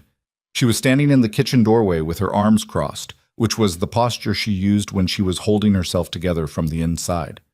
Her face had the careful composure it wore when the thing underneath it wasn't composed at all. Be careful. Not the practical be careful of people managing a logistics problem. The other kind. I'll come back, he said. She nodded once, looked at the floor, then back up. I know you will. Just do it in a reasonable time frame. Harlan, behind Cole, said absolutely nothing, which was the most comment he could have made. They rode out into the storm. The next 5 hours were the worst of Cole's professional life, which was a high bar given 11 years of Montana winters, and before that, the Army. The road north was not a road anymore. It was a general direction through a landscape that had decided to be homogeneous, white and more white, and one that found the gap between his collar and his hat and stayed there. The horses moved with the careful, unhappy competence of animals that know conditions are bad, but trust the humans on their backs, which was a trust Cole felt the full weight of. Harlan rode slightly behind and to his left, and they didn't talk much because talking required energy they needed for other things, like staying upright and finding the trail markers Cole had memorized over years of this route. He found them one by one, a particular rock formation, a tree line with a distinctive gap, a dry creek crossing that wasn't dry in summer but in winter made a different sound than the ground around it. 20 miles out, the wind shifted again and the visibility dropped back toward nothing. They stopped. Cole pulled up his horse and sat in the howling dark and thought, with the cold clarity that serious cold sometimes brings, about the decision in front of him. Turn back. Reasonable, defensible, possibly necessary. Or keep going on a trail he couldn't fully see to a homestead that might be fine, might not be, with a 14-year-old who was probably making exactly the kind of decision Cole was afraid he'd make. Cole, Harlan said from behind him. I know, Cole said. We can't see the... I know, Cole said again. Give me a minute. He sat in the wind and the dark and thought about the Kohler boy. Danny, his name was Danny. Cole had met him twice, and both times the kid had had that particular combination of competence and fearlessness that in adults you admired and in adolescence you worried about. And he thought about the 4-year-old who was Danny's sister, whose name he couldn't remember, and he made the only decision he was capable of making. Keep going, he said. Harlan said something very concise and profane, which was the closest he came to objection, and then followed. They found the Kohler place at 4:30 in the morning by sound before sight. The noise of animals in distress, cattle that had been pushed to a section of fence that hadn't held, and in the middle of it, barely visible in the lantern light, Cole finally spotted 50 yards out. A figure in a too-big coat doing exactly what Cole had been afraid he'd do. Danny Kohler, 14 years old, alone in a Montana blizzard at 4 in the morning trying to herd cattle back toward the barn. Cole's horse covered the ground at a pace that was dangerous in those conditions, and completely necessary. "Danny!" He had to shout over the wind. "Danny, stop moving!" The boy turned. For a moment, his face showed the expression of someone who cannot process what they're seeing, then recognition, then something that might have been relief, except Danny Kohler was 14, and relief was not a thing 14-year-old boys admitted to. "Sheriff, the fence went. I couldn't just let them—" "I know. We've got them." Cole was already off the horse, hands moving toward the cattle, reading the situation in 3 seconds. 15 head, maybe 20, milling in the confusion of the storm, fence down on the north side, barn door open, and light coming from it.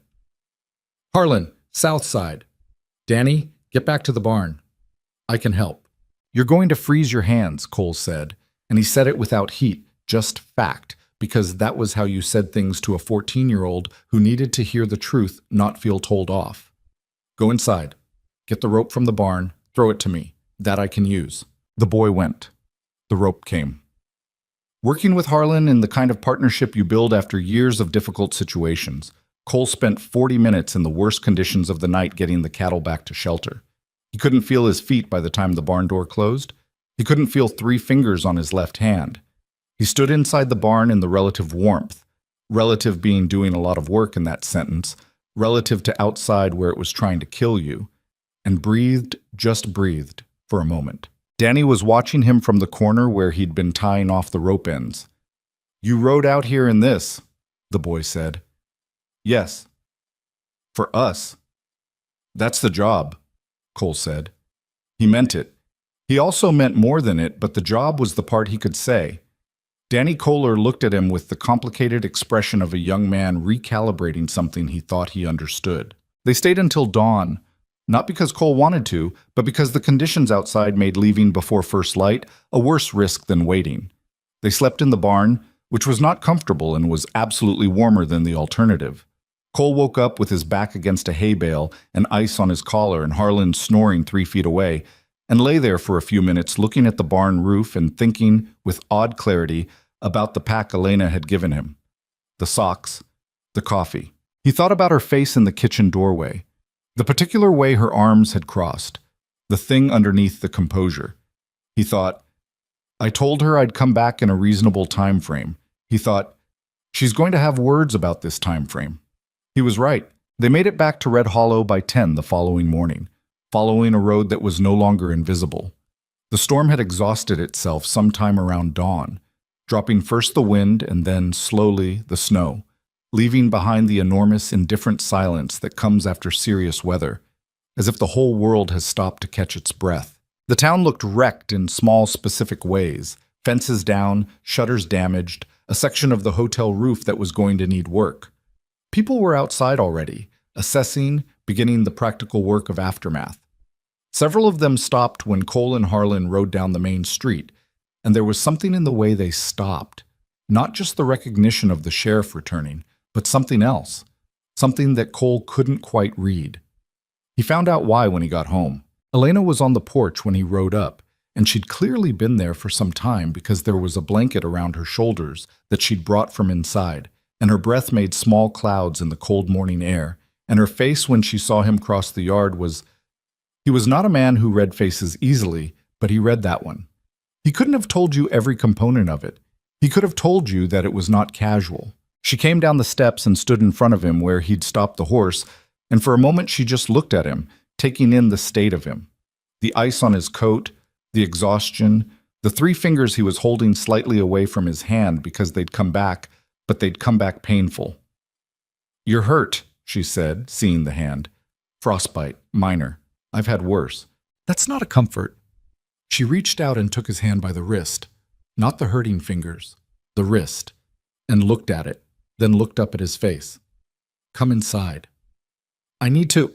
The horse can wait 2 minutes. Come inside. He came inside. Harlan, behind him, quietly took both horses to the barn without being asked, because Harlan was a man who knew when to disappear. Inside, the house was warm, still full of small evidences of the night, blankets folded near the walls, dishes stacked from a large number of people having been fed. A drawing Thomas had apparently made and left on the kitchen table that was either a horse or a large dog. It was hard to say.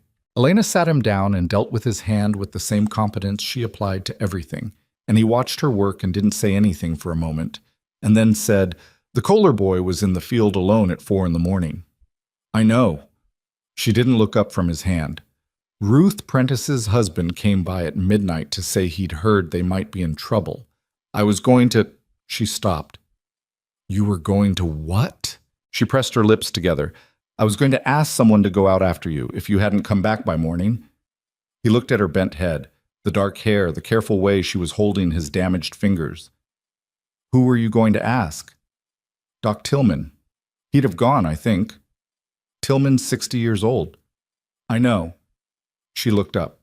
I had a list in order of willingness and capability. You were not supposed to be gone this long.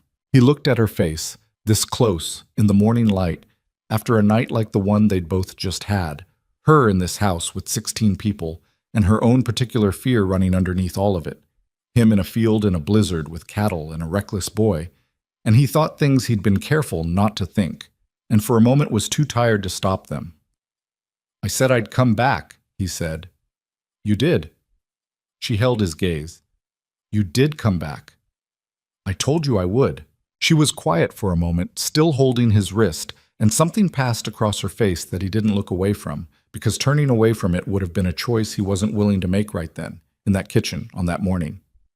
Next time, she said finally, I want to know the plan before you leave, not after. That's fair, he said, and you take the extra gloves, the ones in the left side of the storage chest. I didn't know there were extra gloves in the... I know you didn't, now you do. She let go of his wrist. Eat something. He ate something. She sat across from him, which she always did, and wrapped her hands around her cup, which she always did. And outside Red Hollow was beginning the long, exhausted, communal work of assessing the damage and starting repairs. And inside the kitchen was quiet and warm and smelled like coffee and like the bread that was already, impossibly, proofing on the back of the stove. He looked at her across the table. She looked at him. Neither of them said what they were thinking, because neither of them was ready to, and because some things in their own time are smarter than saying them too soon. But it sat between them, clear and steady and undeniable. The thing that had been building since November, that the blizzard had stripped to its bones in the particular way that crisis strips everything to its bones, and shows you what's actually there. He was alive. She'd waited for him. The house was full of evidence of what she'd done while he was gone. That was what it was. Whatever it was, that was it. He finished eating and went upstairs to sleep for 3 hours because he needed to, and because sometimes the wisest thing a person can do after a night like that is sleep rather than speak.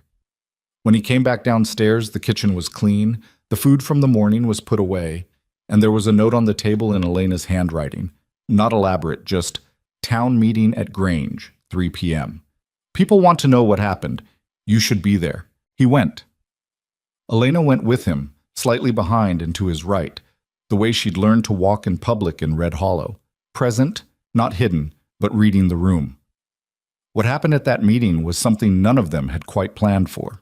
Caleb Prentice stood up and said what he'd seen, the sheriff riding out in a whiteout to reach the Kohler homestead, the food that had come out to his ranch in January, the woman who had kept the town's children safe and fed through a night that could have gone wrong in a dozen ways. He wasn't an eloquent man, Prentice. He said things plainly, the way farmers say things, without decoration. But plain is sometimes exactly right. When he sat down, there was a silence, and then Martha Holt said something, and then 3 more people said things. And somewhere in the middle of it, Cole looked sideways at Elena and found her looking at the table, her jaw set, her hands flat on the surface, and the particular stillness of a person who is trying very hard not to show what they're feeling. He said nothing. He put his hand next to hers on the table, not touching, just next to, close enough that she could feel the warmth of it if she wanted to. She didn't move away. Outside, the snow of the blizzard lay over Red Hollow in a silence that was different from the silence of the storm. Calmer. The kind that comes after. Inside the Grange Hall, something was being said about two people that neither of them had expected to become, that neither of them had expected to be to each other or to this town when the winter started. But winter had a way of showing you what was actually there, and now the whole room could see it too. The Grange meeting ended without any formal resolution, which was how most important things in Red Hollow ended. Not with a vote or a decree, but with a general shift in the air, a collective exhaling, people going home and talking to their spouses, and waking up the next morning having quietly decided something without needing to announce it. What had been decided, as best Cole could interpret it, was that Elena Novak had earned her place here. Not given it, earned it. There was a difference, and in a frontier town, the difference mattered more than most things. He didn't tell her that directly. He wasn't sure how. Instead, he noticed the way people treated her in the days after the blizzard, the specific warmth of the formerly reserved, which is a different thing from ordinary warmth. Ruth Prentice stopped by the house with a jar of honey and stayed for an hour. The woman who ran the general store, who had previously spoken to Elena with the careful politeness of someone uncertain about a new situation, called her by her first name for the first time and asked her opinion on the new flower stock. Small things. The kind of things that don't mean anything individually and mean everything in aggregate. Elena noticed too. She absorbed it with the same quiet attention she brought to everything, without making a production of it, without the expansive relief of someone who'd been desperate for approval. More like recognition. Like something she'd been working toward had arrived, and she acknowledged it and went back to work. The frostbitten fingers healed. Cole's back, which had seized up from the night in the Kohler barn, took about a week longer. He didn't mention the back to anyone because he was 41 and stubborn, but Elena noticed the way he moved and, without comment, started leaving the chair nearest the stove angled toward the kitchen instead of the table, which was a small adjustment that made a difference he was not going to acknowledge out loud. "You don't have to do that," he said one morning when he caught her doing it. "Do what?" she said from the other side of the kitchen, entirely innocent. He looked at the chair, looked at her. "Thank you," he said. She handed him his coffee. "Sit down before you hurt it worse." March finally, grudgingly, began its retreat. The cold didn't leave all at once. It never did in Montana. It backed away in stages like something reluctant, giving ground and then reclaiming it, and then giving it again. But there was a change in the light first, the way there always was, before the temperature followed. The days got longer in increments you could actually measure. The sun, when it appeared, had an angle that was different from the winter angle, lower and sharper, and actually warm when you turned your face to it. Cole caught Elena doing this one afternoon in the yard. Standing with her face up and her eyes closed, turned toward the sun like a plant that had been indoor too long. She heard him coming and opened her eyes and didn't look embarrassed about it, which he appreciated. "It's warmer," she said. "Not yet," he said. "But it will be." She looked at the sky. "I was thinking about writing to my brother, telling him, I don't know, that things are better here." "Are they?" he asked. "Better?" She looked at him, and the question landed between them with more weight than 4 words usually carried, because they both understood it wasn't just about the weather or the town's attitude or the practical logistics of a hired position. "Yes," she said. "They are." He nodded. He didn't push past that, but he carried the answer with him through the rest of the afternoon like something he'd picked up and wasn't ready to put down. It was in this tentative early spring light that the town council meeting happened, which Cole had known was coming and had been vaguely dreading in the way you dread a thing you want and aren't sure how to manage wanting. The Red Hollow Town Council met on the second Tuesday of each month in the back room of the Grange Hall, around a table that wobbled on one side and had done so for 3 years despite multiple attempted repairs. There were 5 council members: Harold Birch, who ran the general store, Doc Tillman in his capacity as town health officer, Councilwoman Agnes Vetter, who was Amos's daughter-in-law, the hotel proprietor James Sutton, and the council chairman Walt Greer, who had been a judge in a previous life in Illinois and ran meetings with a formality that occasionally felt excessive for a room with a wobbling table. Cole attended as a matter of course. He had no vote, but his presence was expected, and his opinion on matters of town security and community welfare was solicited and generally followed. This meeting had one item of business that wasn't on the written agenda. Walt Greer cleared his throat in the particular way he cleared his throat when he was about to say something he'd been thinking about for a while. "I'd like to address the matter of Miss Elena Novak," he said. Cole looked at him, said nothing. "I think I speak for the council," Greer continued, "when I say that what she did during the storm, opening the house, organizing the shelter, managing 16 people through the worst night we've seen in 30 years, went considerably beyond what any of us had a right to expect." He paused. "There's also the matter of the work she's done with the women in town, the Prentice family, the ongoing effect on several households that I've heard about from multiple sources." Another pause. "She is, by all accounts, an extraordinary person. She is," Cole said, "flat, factual." "The council would like to formally recognize her contribution," Greer said. "There's also, and I want to raise this carefully, the question of her status." Cole waited. "She arrived on a work arrangement," Greer said. "Seasonal. That arrangement doesn't confer any formal standing in the community. If she were to leave at the end of winter, which, given the terms, she would be within her rights to do, we'd lose someone who has become, in a few months, genuinely important to this town's functioning." He set his hands flat on the table. "The council would like to offer her a formal letter of citizenship endorsement, which the territorial office will recognize, along with a standing position as, I'm open to language here, community liaison or welfare coordinator, something that makes her position here permanent and recognized." The room was quiet for a moment. Harold Birch said, "She fixed my wife's cousin's fence when the cousin was sick. Nobody asked her to." Doc Tillman said, "She brought food to 4 households during the storm that weren't in the sheriff's house. I only found this out afterward." Agnes Vetter said, "My children ask about her by name." Cole sat with all of this. He had a feeling he recognized from 11 years of law enforcement, the feeling of a situation that is already decided, where your role is not to make the decision, but to confirm it. "I think," he said, "you should tell her directly, not through me. She'd want to hear it herself." Greer nodded. "We'd like to do a small gathering, public, not a ceremony. Nothing she'd find uncomfortable, just the council, some of the families who were directly helped, an acknowledgement." "I'll mention it to her," Cole said, "but I'd suggest asking rather than informing. She doesn't respond well to being arranged." Agnes Vetter smiled at that, like she recognized the description. "Noted," she said. He walked home from the meeting in the thin March sunlight with his hands in his pockets and something pressing against the inside of his chest that he'd been carrying for weeks and that the meeting had made suddenly urgent. He'd been careful.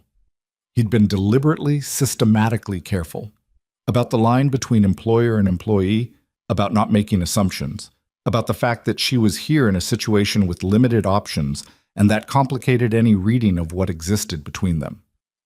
He told himself these were the right reasons for caution. They were. They were also, if he was honest with himself, which he was trying to be on this particular afternoon, convenient reasons. Reasons that let him not do the harder thing. She was in the yard when he got home, doing something with the fence line near the barn where a post had shifted in the frost. She had a mallet and was correcting the lean with the practical efficiency he'd come to recognize as her default setting in the physical world. She heard him come through the gate and didn't look up yet. "How was the meeting?" she asked. "Interesting," he said. He stood near the fence and watched her work for a moment. "The council wants to offer you a permanent position. Formal citizenship endorsement. Some kind of official community role." She stopped, looked up. "What kind of role?"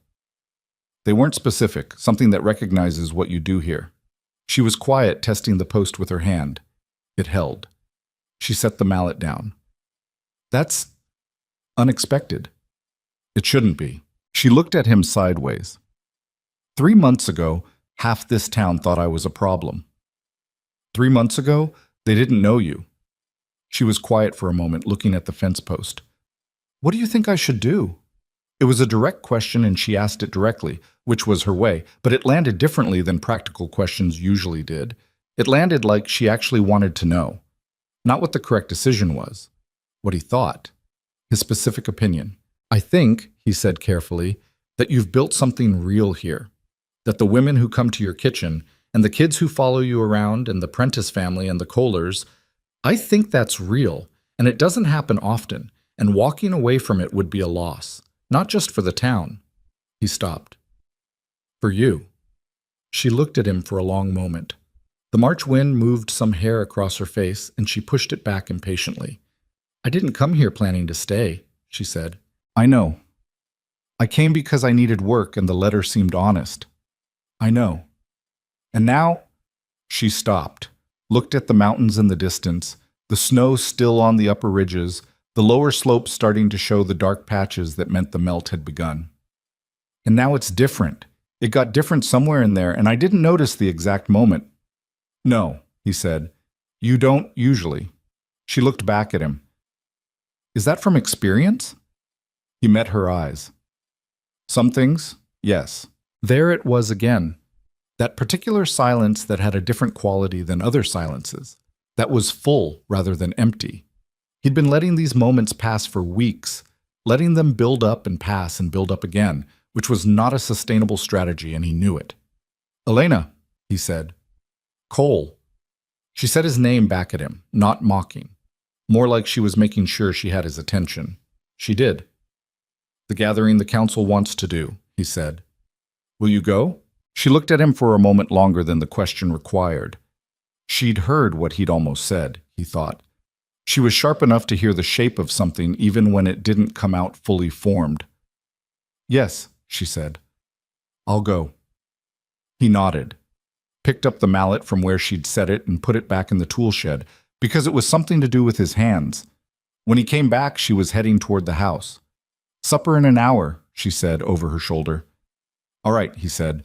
He stood in the yard for a moment after she'd gone inside, in the weakening afternoon light, with the mountains at his back and the house in front of him, and the particular feeling of a man who has identified exactly what he wants and is working up to the courage of it. The gathering the council arranged happened on a Saturday, 2 weeks into March, which was early enough that the snow was still deep, but the worst of winter felt definitively behind them.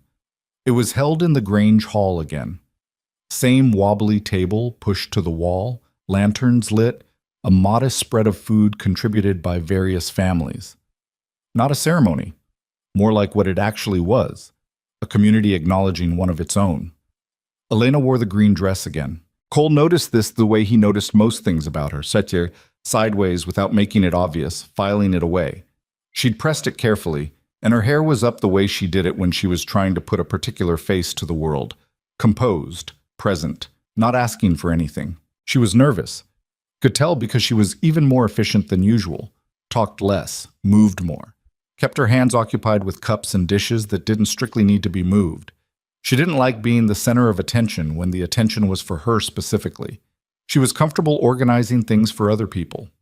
She was less comfortable being organized for. Walt Greer said a few words, which were decent words. He had the judge's ability to say something with weight without making it too long. He read from the council letter, which was formal but warm. He talked about the blizzard, about the shelter Elena had organized, about what several families had said to him privately. Caleb Prentice was there. He stood up without being asked and said the same things he'd said at the first meeting, but he'd had 2 weeks to think about how to say them better, and this version was more precise. He talked about January, about the food that had arrived at his door, about what his wife Ruth had said when she'd received it. He talked about his daughters, the youngest of whom was there, sitting next to Sarah Garrett's Thomas in the front row, looking at Elena with the uncomplicated admiration of children who haven't learned yet to keep their regard private. Ruth Prentice, beside him, had the same expression she'd had in the doorway in January, the one where composure was doing hard work. And this time she didn't try to hide it. When it was over, when the council letter had been read and the formal part concluded, the room shifted into the looser, warmer mode of people who have done their official business and now just want to eat and talk. Elena moved through it with more ease than Cole had expected, or maybe he'd underestimated her by this point. She talked to Ruth Prentice for a long time, the two of them in the corner with their heads close together in the way of women who are saying things they mean. She let Thomas drag her over to show her something he'd drawn, another ambiguous animal, this one apparently meant to be a buffalo. and she studied it with the seriousness it deserved. Millie Voss came and stood beside Cole. This was not something that had happened before, Millie seeking him out socially, and he braced for it. "She's remarkable," Millie said. Cole looked at her sideways. "Yes." "I was wrong about her," Millie said. Simply. No preamble, no softening. "I was wrong, and I'd like it noted that I'm saying so directly because I find that more dignified than pretending I wasn't." He turned to look at her fully. Millie Voss, 63 years old, twice widowed, the arbiter of Red Hollow's social conscience for 2 decades, was looking across the room at Elena with an expression that was, if not quite affectionate, was something in that direction, something that had traveled a long way from the disapproval of 3 months ago. "I'll note it," he said. "Good." She straightened. "She made me tea," Millie added, somewhat abruptly. "When?" "Last week. I came by to... I had an errand.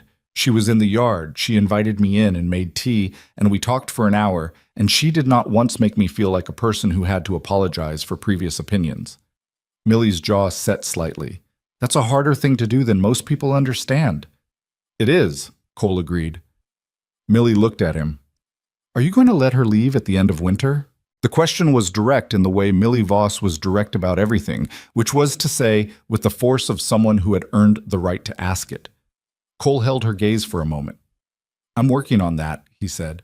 Millie's expression shifted into something that was very close to approval.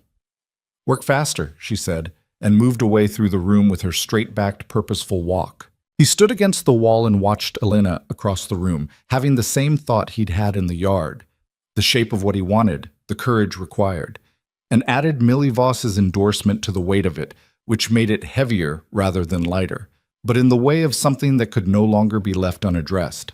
That evening, walking home from the gathering, they were quiet for a while in the way they were sometimes quiet, not empty, but full. The snow on the main street was packed and dirty from a week of traffic, the way snow gets in towns, losing its purity quickly under human activity. The air had the cold freshness of evening, but not the killing cold of January. Something was different in it, something lighter. "What did Millie Voss say to you?" Elena asked, halfway home. She said she was wrong about you." Elena missed a step, caught it. "She said that directly?" "More or less." A silence. Then, "That must have cost her something." "I think it did," Cole said. "I think she decided it was worth paying." Elena looked at the road ahead of them. "I went to see her last week," she said. "I brought tea things. I wasn't sure it was a good idea." "Why did you do it?" "Because she's going to be here after I'm..." She stopped. "Because she's part of this town, and I thought if she understood me a little better, it would be better for everyone. After I'm gone." That was what she'd been going to say. He heard it even though she hadn't said it. He'd been hearing the unspoken version of it for weeks. The way she didn't quite make permanent plans. The way she occasionally looked at the house with the expression of someone taking note of something they won't always have access to. She'd built something here, but she hadn't let herself fully believe it was hers. Some part of her was still holding a bag packed, waiting for the thing that would require her to move on. He understood that. He'd done versions of it himself for years. Staying in Red Hollow without ever fully committing to the idea that this was where he was going to be forever. It was a protective habit. You couldn't lose something you hadn't fully claimed. He looked at the road, looked at his hands, made a decision that was not impulsive. He was not an impulsive man, but was final, in the way decisions are final when you've been working up to them for months and have run out of reasons to wait. "Elena," he said. Stop walking for a minute." She stopped, turned to look at him. The evening light was low and the street was empty, and she had her coat collar turned up against the cold, in the way she'd had it the first night she'd stepped off the train, except that everything about her was different now. Or rather, he understood who she actually was now, in a way he hadn't in November, in the way that takes time and proximity and shared difficult weather. "I need to say something," he said, "and I need you to let me finish before you respond, because I'll lose my way if you respond in the middle." She looked at him with the direct, patient attention that was one of the things he'd valued, he'd call it, for now. "All right," she said. He exhaled. "When I put that advertisement in the paper, I was looking for practical help. That was the whole of it. I needed someone who could manage the house through winter, and I didn't think past that. It seemed like a simple problem with a practical solution. He stopped. You solved the practical problem, and then you kept going, which I wasn't prepared for. You fixed things I'd stopped seeing as broken.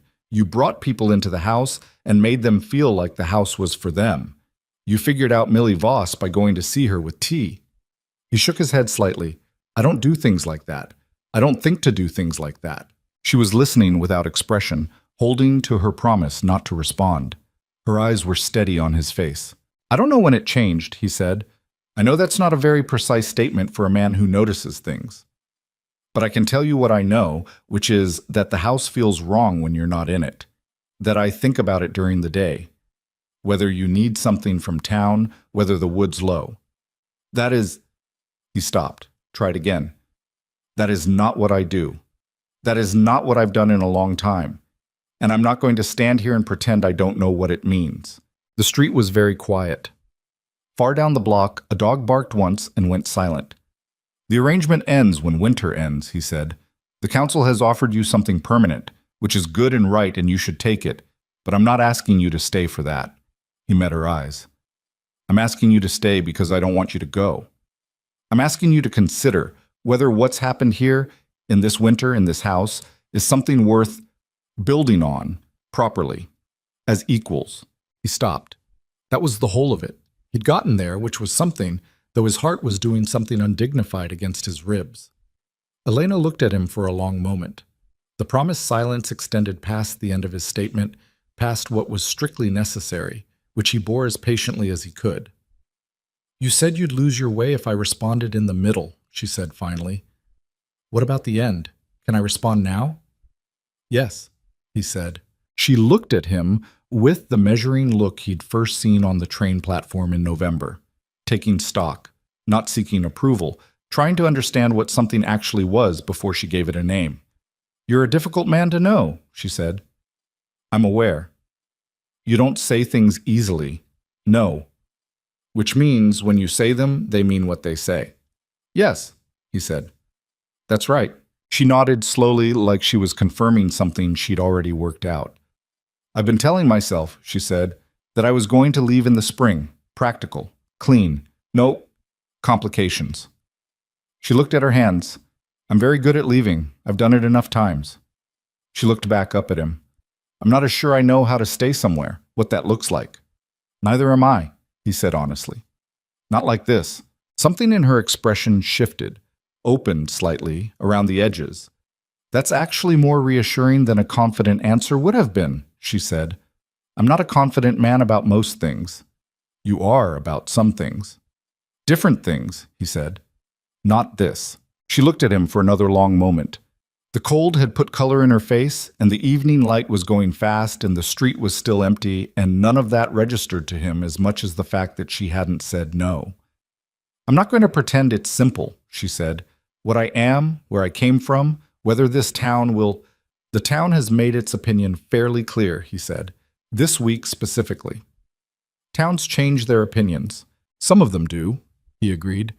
This one tends to change it in one direction and hold. Once it decides something about a person, it decided about me at the Grange meeting, she said. Before that, he said. Sarah Garrett decided about you the first time you fed her soup. The rest of the town just took longer to figure out what she already knew. Elena looked at him, and the careful composure did something. Not collapsed, but softened, at the corners, in the way things soften when the effort of maintaining them is no longer necessary. I wrote to my brother last week, she said. I told him things were better. I told him I'd found somewhere I might... She stopped. I couldn't finish the sentence when I wrote it. Can you finish it now? She held his gaze. I might stay, she said. I told him I might stay somewhere. The street was very quiet. The last of the light was going over the western ridge. That would require, he said carefully, someone to stay with, not just somewhere. Yes, she said, it would. He looked at her. She looked at him. The distance between them on the empty street was not very large, and neither of them moved to close it, but neither of them moved away from it either, and that was its own kind of answer. the kind that takes its time and means more for it. Come home, he said. We can talk more in the kitchen. We're good at talking in the kitchen, she said. We're better at it than talking in the street, he said. Something crossed her face that was warm and complicated and real. Not the composed expression, not the careful one, but the one underneath, the one he'd been seeing glimpses of for months. And that was, he had decided, the most honest thing about her. They walked the rest of the way home in the kind of silence that has a shape to it. That means something specific, that two people who have been careful with each other for a long time recognize as a threshold crossed. Not everything said, not everything decided, but something acknowledged that couldn't be unacknowledged, something named that had previously only been felt. The house was warm when they got back. It was always warm now. That had stopped being remarkable and started being expected, which was its own kind of change. The change from noticing something to simply having it, from careful awareness to the particular ease of trust. She made tea. He sat down. They talked for 2 hours in the kitchen, and the conversation was different from other conversations, more direct, more personal, full of things said that had been held back, as careful people hold things back until the right moment presented itself.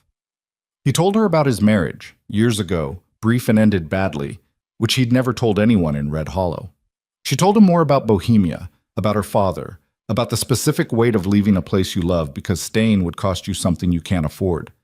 They talked about the winter and what it had done to both of them, and what it had done between them, which was a harder thing to talk about, but they managed it the way they managed most things, honestly, without decoration, saying what they meant and trusting that the other person would take it in the spirit offered. By midnight, the tea was cold, and they were still at the table. I should sleep, she said finally. Yes, he said. Me too. Neither of them moved for another moment. Cole, she said. Yeah. Whatever this is. She gestured slightly, at the table, at the kitchen, at the general space between them. I don't want to rush it. I want to do it right. So do I, he said. Good. She stood up, collected the cups. Then we'll do it right. She looked at him over her shoulder at the kitchen door. Good night. Good night, Elena. She went upstairs. He sat at the kitchen table for a few more minutes in the quiet, in the warm, in the house that had stopped being his house in the singular possessive some time ago without him precisely noticing the moment it had happened. Outside, the last snow of the season lay over Red Hollow, in the particular still quiet of a winter almost finished. The temperature was above zero for the first time in months. Somewhere on the south-facing slope below the eastern ridge, if you knew where to look, the frost was beginning to release its grip on the soil, and the things that had been waiting in the ground all winter for exactly this were making their slow, invisible decision to start again. That was the thing about hard winters. They didn't last. And what you found on the other side of them, what had survived the cold, what had held together when everything pressed against it, that was what was actually real. That was what was worth keeping. He turned off the lamp and went upstairs, and the house was quiet around him. And for the first time in a very long time, the quiet felt full instead of empty. Spring in Montana doesn't arrive so much as it negotiates. It offers a warm day and takes back 2 cold ones. It melts the top layer of snow and then freezes it overnight into a crust that catches the morning light like broken glass. It's not generous, not dramatic. It's incremental, provisional, a season that makes you earn it a little at a time. Until one morning you step outside and the mud is soft under your boots and the air smells like something alive again. And you realize the negotiation is over and you didn't notice the exact moment it concluded. That was how it happened in Red Hollow in the spring of 1890. Not all at once. Gradually and then completely. The snow pulled back from the lower fields first. Then the river, which had been locked and silent since December, began making noise again. A low, persistent sound of moving water that the town had stopped hearing over winter and now heard again like something remembered. Birds returned to the tree line east of town in numbers that Thomas Garrett cataloged with intense personal interest and reported to Elena in daily updates delivered at the back door before school. 7 Red Wings this morning, he announced, on a Tuesday in late March. And something brown I didn't recognize. Do you know birds? Some, Elena said. What shape was the beak? He described it with his hands more than his words. She diagnosed it as probably a thrush. He wrote this down in a small notebook he'd started carrying for the purpose, which Elena had given him in February when it became clear he needed somewhere to put his observations. "You're good at noticing things," she told him once, when he'd arrived with a description of a fox track in the snow that was precise enough to be genuinely useful. He'd accepted this with the seriousness of someone receiving a professional assessment. "My teacher says I don't pay attention," he said. "Maybe," Elena said. "You pay attention to different things than your teacher is looking at." He thought about that for 3 days before he came back with a follow-up question, which was, "Is that a good thing or a bad thing?" And Elena had said, "Honestly, both, depending on the day," which seemed to satisfy him more than a simpler answer would have. Cole watched these exchanges from a careful distance and thought about what it meant. That this woman who had arrived in November with a rope-tied suitcase and a history she kept close had become, by March, the person an 8-year-old boy brought his best observations to. It meant something. He wasn't sure you could put it more precisely than that. The council letter came through from the territorial office in the first week of April. Formal recognition, the language dry and official, the way legal language always was, but the meaning clear. Elena Novak was a recognized resident of Red Hollow with full community standing. She read it twice at the kitchen table, folded it, put it in the small wooden box where she kept her brother's letters and a few other things she considered important. "That's it then," she said. "That's it," Cole agreed. She looked at the box. "I should write to my brother. Tell him." "You should." She looked up at him. "He'll want to know everything. He asks very specific questions in his letters. He'll want to know the town, the people, the—" She stopped. "He'll want to know about you." Cole absorbed this. "What will you tell him?" She held his gaze. "The truth," she said, "which is that I met a man who said what he meant and meant what he said, and that I found that harder to leave than I expected." He looked at the table between them. "You could tell him more than that," he said carefully. She turned the wooden box in her hands. Outside, through the kitchen window, the yard was showing the first brown patches of exposed ground where the snow had retreated, and the fence line Cole had been meaning to repair since January was very visible now that the snowdrift covering its worst section had melted. "I know I could," she said. She set the box down. "Cole, what is it you're asking me exactly? Because I want to make sure I'm answering the right question." He looked at her, at this woman who had fixed his broken house and fed half the town and stood on a train platform in November and looked at a place that didn't want her and decided to be useful anyway, who had never asked him for reassurance and had given him more than he'd known how to receive. He'd had 2 weeks since their conversation in the street to think about what he wanted to say and how to say it, and what he'd concluded was that he'd been overthinking the how when the what was actually simple. "I'm asking you to stay," he said. "Not as a hired hand, not as a community liaison. I'm asking you to stay here, in this house, as my wife, if that's something you'd want." He held her gaze steadily. "I understand if it's not. I understand if it's too fast or too complicated or not what you came here for. But I said I'd say what I mean, and that's what I mean." The kitchen was very quiet. The sound of water dripping off the eaves, snowmelt from the roof, came through the window in a slow, irregular rhythm. Elena looked at him for a long moment. He'd learned over winter to read her silences. This one was not the silence of refusal or the silence of discomfort. It was the silence of a woman who takes things seriously and was taking this seriously, which was all he could ask. "You're not a simple man to say yes to," she said finally. "I know. You're difficult, and you go quiet for days, and you rode into a whiteout without telling me the plan." "That last one is fair," he said. "I've been working on it." Something moved at the corner of her mouth. "You have," she said. "Marginally." "Marginally," he agreed. She looked at the wooden box, looked back at him. "I came here with nothing," she said.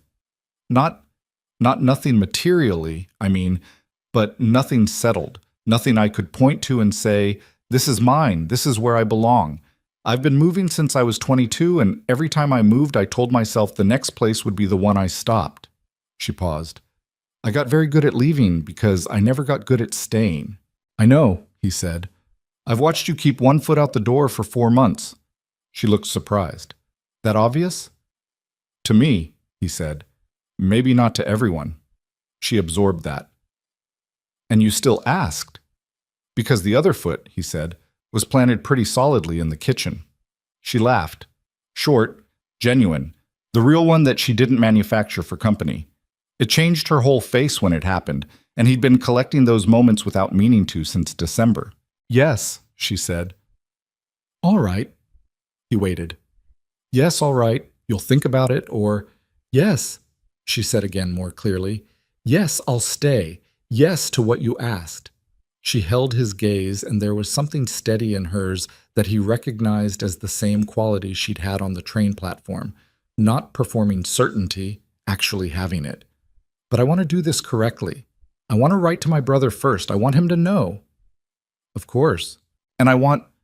She paused. I don't want a big event. I've had enough of being the center of things this winter. Small, he said. Just the people who matter. Is that all right with you? I have 11 years of being looked at by this town, he said.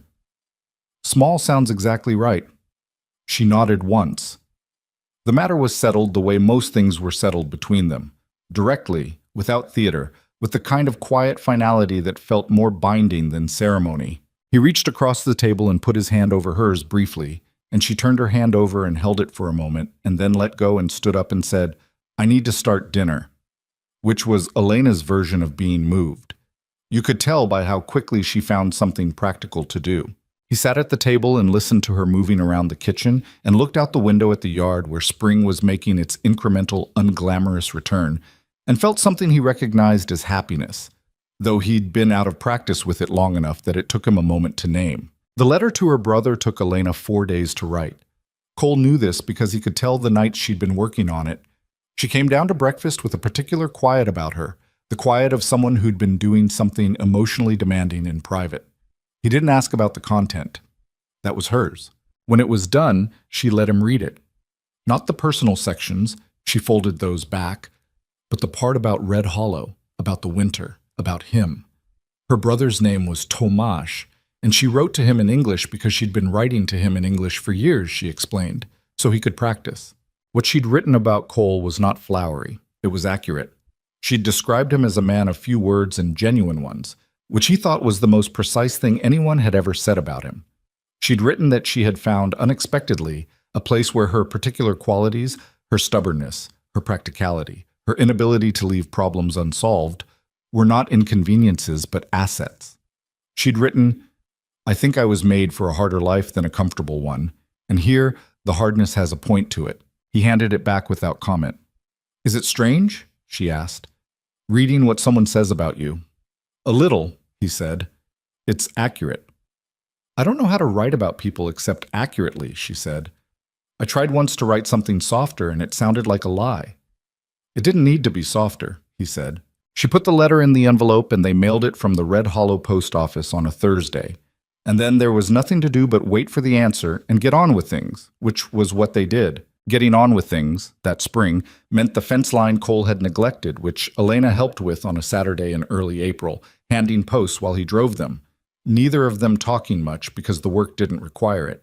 It meant the garden plot behind the house, which had been fallow for 2 years while Cole was living there, and which Elena had been eyeing since February with the expression she wore when she was planning something. She turned the first soil in April, cold still, stubborn, but workable. And Cole helped without being asked, because by this point helping without being asked had become the natural grammar of how they operated. What are you planting? He asked, turning a heavy clod. Vegetables, mostly. Some herbs. She was consulting a small piece of paper she'd been writing on for weeks. I want to try potatoes. Martha Holt says the soil here is good for them. You talked to Martha about the garden? I talked to Martha about everything practical, she said. She's the most useful person in this town. Don't let Doc Tillman hear you say that. Doc Tillman's useful in specific emergencies. Martha is useful every day. She pressed her boot into the turned soil. Will you build me a cold frame for starting the seedlings? Wood and old window glass. There are panes in the storage room. I saw them, he said. Been there since I moved in. They've been waiting for someone to use them, she said. He built the cold frame that weekend. It was not his best carpentry. The corners were not perfectly square, and he had to redo one joint. But it held, and she put it against the south-facing wall where it would get the most light. And within 2 weeks, there were small green beginnings in the dark soil inside it that she checked every morning the way he checked the thermometer. Harlan's comment, when he saw the cold frame, was, "Agnes is going to want one of those." "Tell Agnes to ask Elena," Cole said. "She'll tell her exactly how." Harlan looked at him. "You seem different," he said. "I'm the same." "You're really not." Harlan tilted his head. "You whistled this morning." "I did not whistle." "I was standing 6 feet away, Cole. You whistled something. Sounded like it might have been a song at some point in its history." Cole picked up the hammer he'd been using and turned away to deal with the next thing on the list. "Go home, Harlan." Harlan went home grinning, which was becoming his default expression around Cole, which Cole chose to tolerate because Harlan had, over 11 years, earned a certain amount of tolerance. The answer from Tomasz arrived in May, 6 weeks after they'd sent the letter, fast for an international correspondence, which Elena said meant he'd replied the same day he'd received it. She read it alone in the kitchen in the early morning before Cole came down, and he found her there with the letter on the table and her expression, the particular one that meant she was holding something complicated together from the inside. "Good news?" he asked. She looked up. Yes, he's happy for me." She touched the letter. "He says—" She stopped, tried again. "He says he'd been afraid I was spending my whole life moving because I didn't trust anything to hold me. He says he's glad something held." Cole poured his coffee, sat down. "Is he right? That's what you were doing?" She was quiet for a moment. "Partly," she said. "I think partly I was moving because things genuinely couldn't hold me. The situations weren't right. The places weren't right. And partly," she looked at the letter, "partly it became a habit. Leaving before something could leave me first." He looked at her across the table. "What's different here?" She looked back at him steadily. "You didn't make it easy," she said. "You were difficult and quiet, and you had your own walls up higher than mine. And somehow that made it safer. Like, if someone that contained can be moved by something, then the something must be real." He sat with that for a moment. It was the most precisely she'd said it, and it landed with the particular force of a true thing precisely stated. "He wants to come," she said. "Not now. He can't leave now, but eventually. He wants to see the place." "He can come," Cole said. "There's room." She looked at him. "You'd have my brother living here." "For a while," he said, "if that's what's needed." She was quiet, and her face did the thing it did when she was trying not to show what she was feeling and not entirely succeeding. "You know," she said, "I used to think that people who said home easily were people who'd never had to find one the hard way, that the word came cheap to them." "And now?" he asked. "Now I think maybe it just takes longer for some of us," she said, "to find the place where the word means something." They were married in May, on a Saturday when the lilacs along the south fence, which Elena had discovered and tended back to life from a state of serious neglect, were in full bloom. Small, as agreed. Harlan and Agnes, the Prentice family, Sarah Garrett and Thomas, Doc Tillman, Martha Holt and her husband, and Millie Voss, who had asked directly if she could attend and been told yes. Walt Greer performed it, which he did with the dignity of his former profession and fewer words than his council speeches, which was the right call. Thomas Garrett was almost unbearably serious about his role as the person who held the rings, a responsibility he had apparently been preparing for since he'd been told about it 2 weeks prior. He held them in his closed fist the entire ceremony and presented them with an expression of complete professional commitment, and afterward told anyone who would listen that he had not dropped them, not once, which was true and which he was right to be proud of. Elena wore a dress that was not the green one, a new one, blue-gray, that Martha Holt's daughter had helped her find fabric for, and Agnes had helped her make, which meant the dress had contributions from several women in it, which Cole thought was appropriate in a way he couldn't entirely articulate. She had her hair up properly, the way she'd worn it at the Grange gathering, and she looked, not like someone who had been transformed by the occasion, but like herself, fully herself, in a context where she'd finally stopped bracing for something to go wrong. He said his vows in the direct, unadorned way he said everything that mattered, and she said hers the same way. And when it was done, Millie Voss was the first to come forward, which surprised everyone, including Millie, who then compensated by being brisk about it. "You'll do well together," Millie told them, which was the closest she came to sentiment, and from her it carried the weight of a full eulogy. Summer came to Red Hollow with the ease of something that had been waiting patiently and was now simply arriving.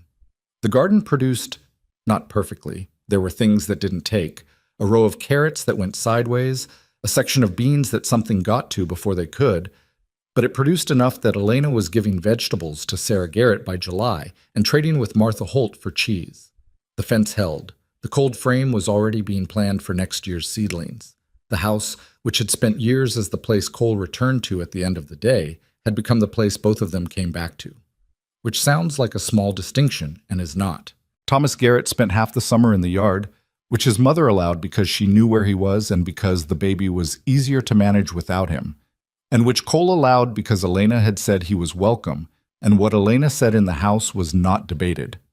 The boy had graduated from the bird notebook to a general observations notebook that also included weather measurements he took with a thermometer Cole had given him, because Cole had seen enough young people with good instincts get their instincts knocked out of them by a world that didn't value noticing, and he decided that was not going to happen to this particular 8-year-old if he could help it. Elena saw him giving Thomas the thermometer and didn't say anything until that evening. "That was generous," she said. "It was a spare one," he said. She looked at him with the look that meant she knew exactly what he was doing and was choosing not to call him on it because she approved. "He talks about you the way he talks about the buffalo he's planning to observe someday," she said. "Complete confidence that you're extraordinary." "I'm not extraordinary," Cole said. "I know," she said. "That's what makes you good at what you do." He didn't have an answer for that, which was fine. She didn't need one. The letter from Tomasz arrived again in August.